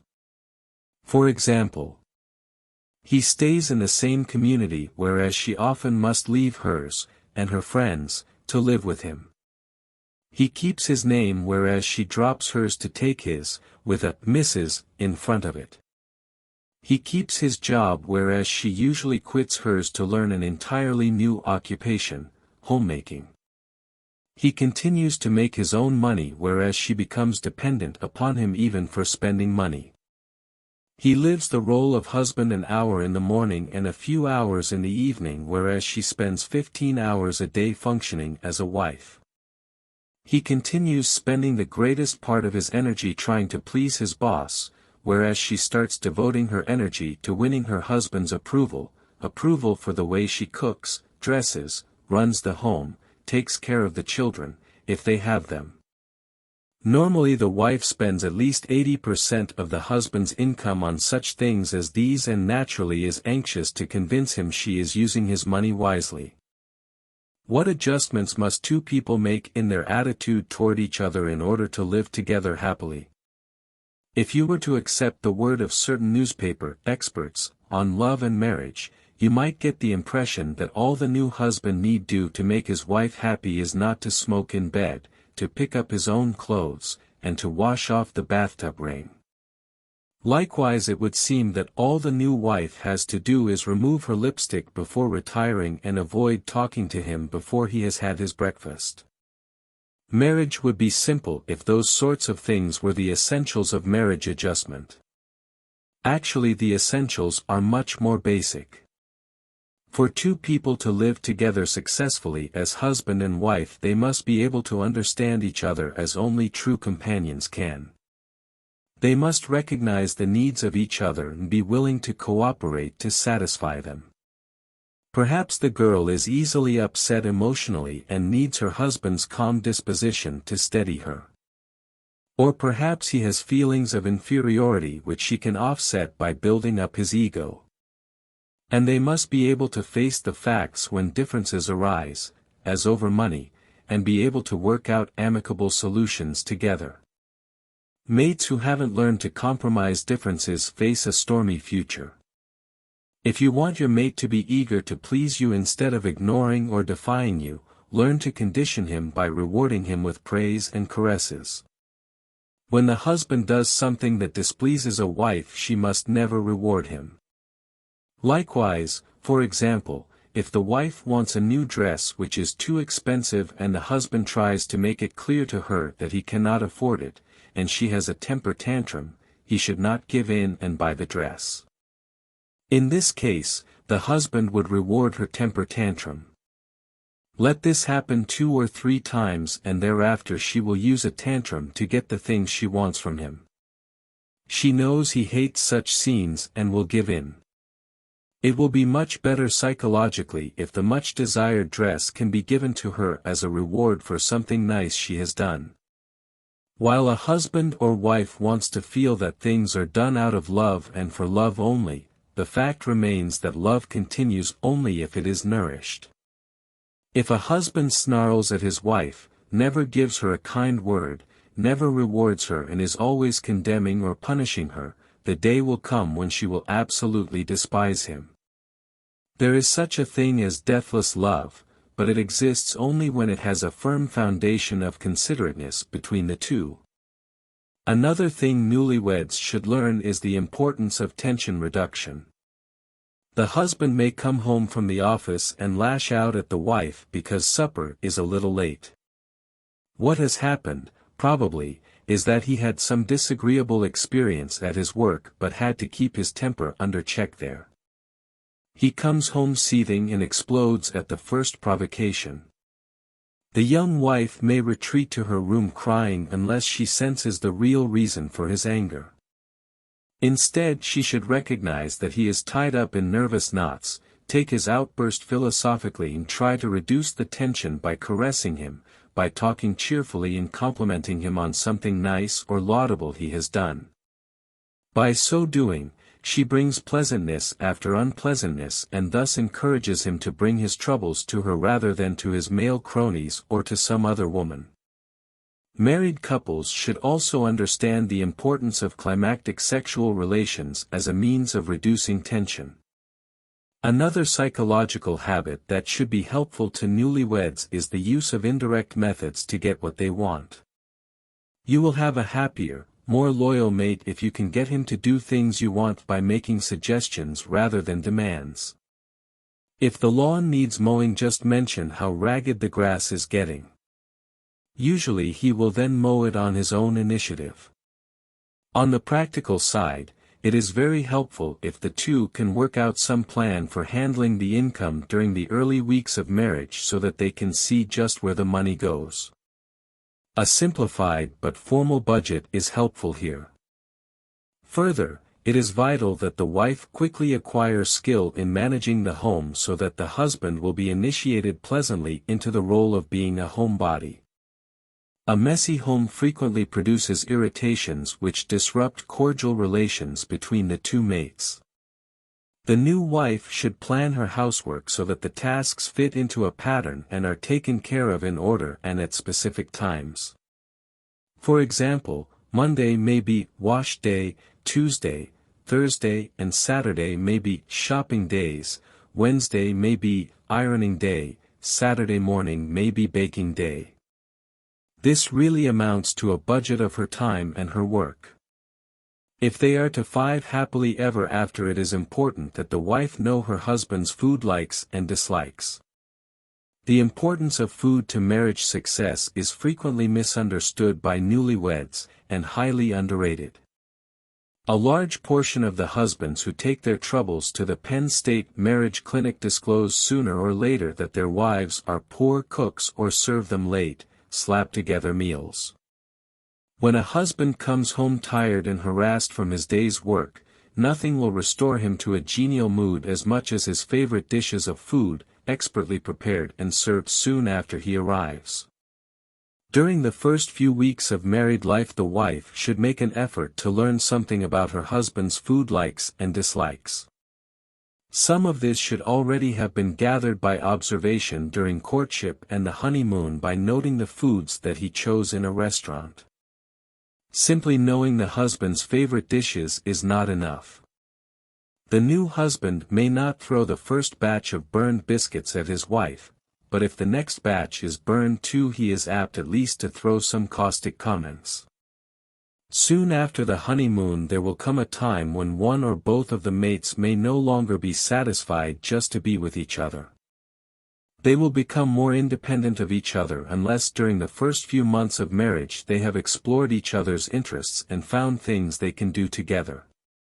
If he is to become anything more than the provider and she anything more than the housekeeper, they must establish a sound basis for companionship. How can this be done? The essentials of human companionship are pretty universal for any two people, whether they are mates or just close friends. Comrades most frequently have these things in common. They enjoy talking to each other. Mates should not feel they have completely succeeded as partners until each regards the other as the one person he or she can unburden himself to about anything that is on his mind. Each can help develop a strong feeling of conversational companionship in their union by being a ready and sympathetic listener to the thoughts that are uppermost in the other's mind. Both should realize that a woman's interests naturally are different from a man's. After their own immediate preoccupations of the day, a woman's interests tend more toward clothes, decorations and amusements, whereas the man is more interested in money, world affairs and sports. A good middle ground is their mutual interests and hobbies and the activities of their mutual acquaintances. Companions enjoy doing things together. One of the first things newlyweds should investigate, if they haven't already, are the things they can do peaceably and enjoyably together. Perhaps both get a great deal of pleasure from listening to early jazz recordings, or skiing, or merely playing chess or being together every night and saying very little. Visiting friends can be fun where the two husbands are congenial and the two wives are fond of each other. One of the sad things about marriage is that a bride's best friend marries a man whom her husband can't stand, or the man's old roommate marries a flighty, affected girl the wife can't stand. Such antagonism should be sensed, and the bride and groom should in such cases try to get together with their old friends on an individual rather than a family basis. Companions respect each other's opinions and abilities. The shrewd wife keeps up with the world so that her husband will respect her as an individual in her own right. Wives that become completely dependent on their husbands, and cling to them because they have no other interest, frequently lose the respect of their husband. It helps if they are seeking a common goal. One of the very best ways there is for a couple to develop a strong basis for companionship is to have common aspirations which both believe in and talk about enthusiastically. This means sharing in a long-range project. They map their plans together and carry them through. They share triumphs and disappointments. They may build or remodel a home for themselves. In the process of planning, waiting and dreaming together, they become comrades for life. While it may be argued that building or buying a home is more expensive in the long run than renting, nothing gives a couple a greater feeling of solidarity than home ownership, especially when they plan together in building, remodeling or furnishing it. Even saving money can be a common goal that will develop companionship, especially if the couple are saving the money for something they both want badly, such as a car or a long-dreamed-of vacation trip. In general, a young couple earning between $1,800 and $3,000 a year can well aim to save at least 5% and better still 10% of the income.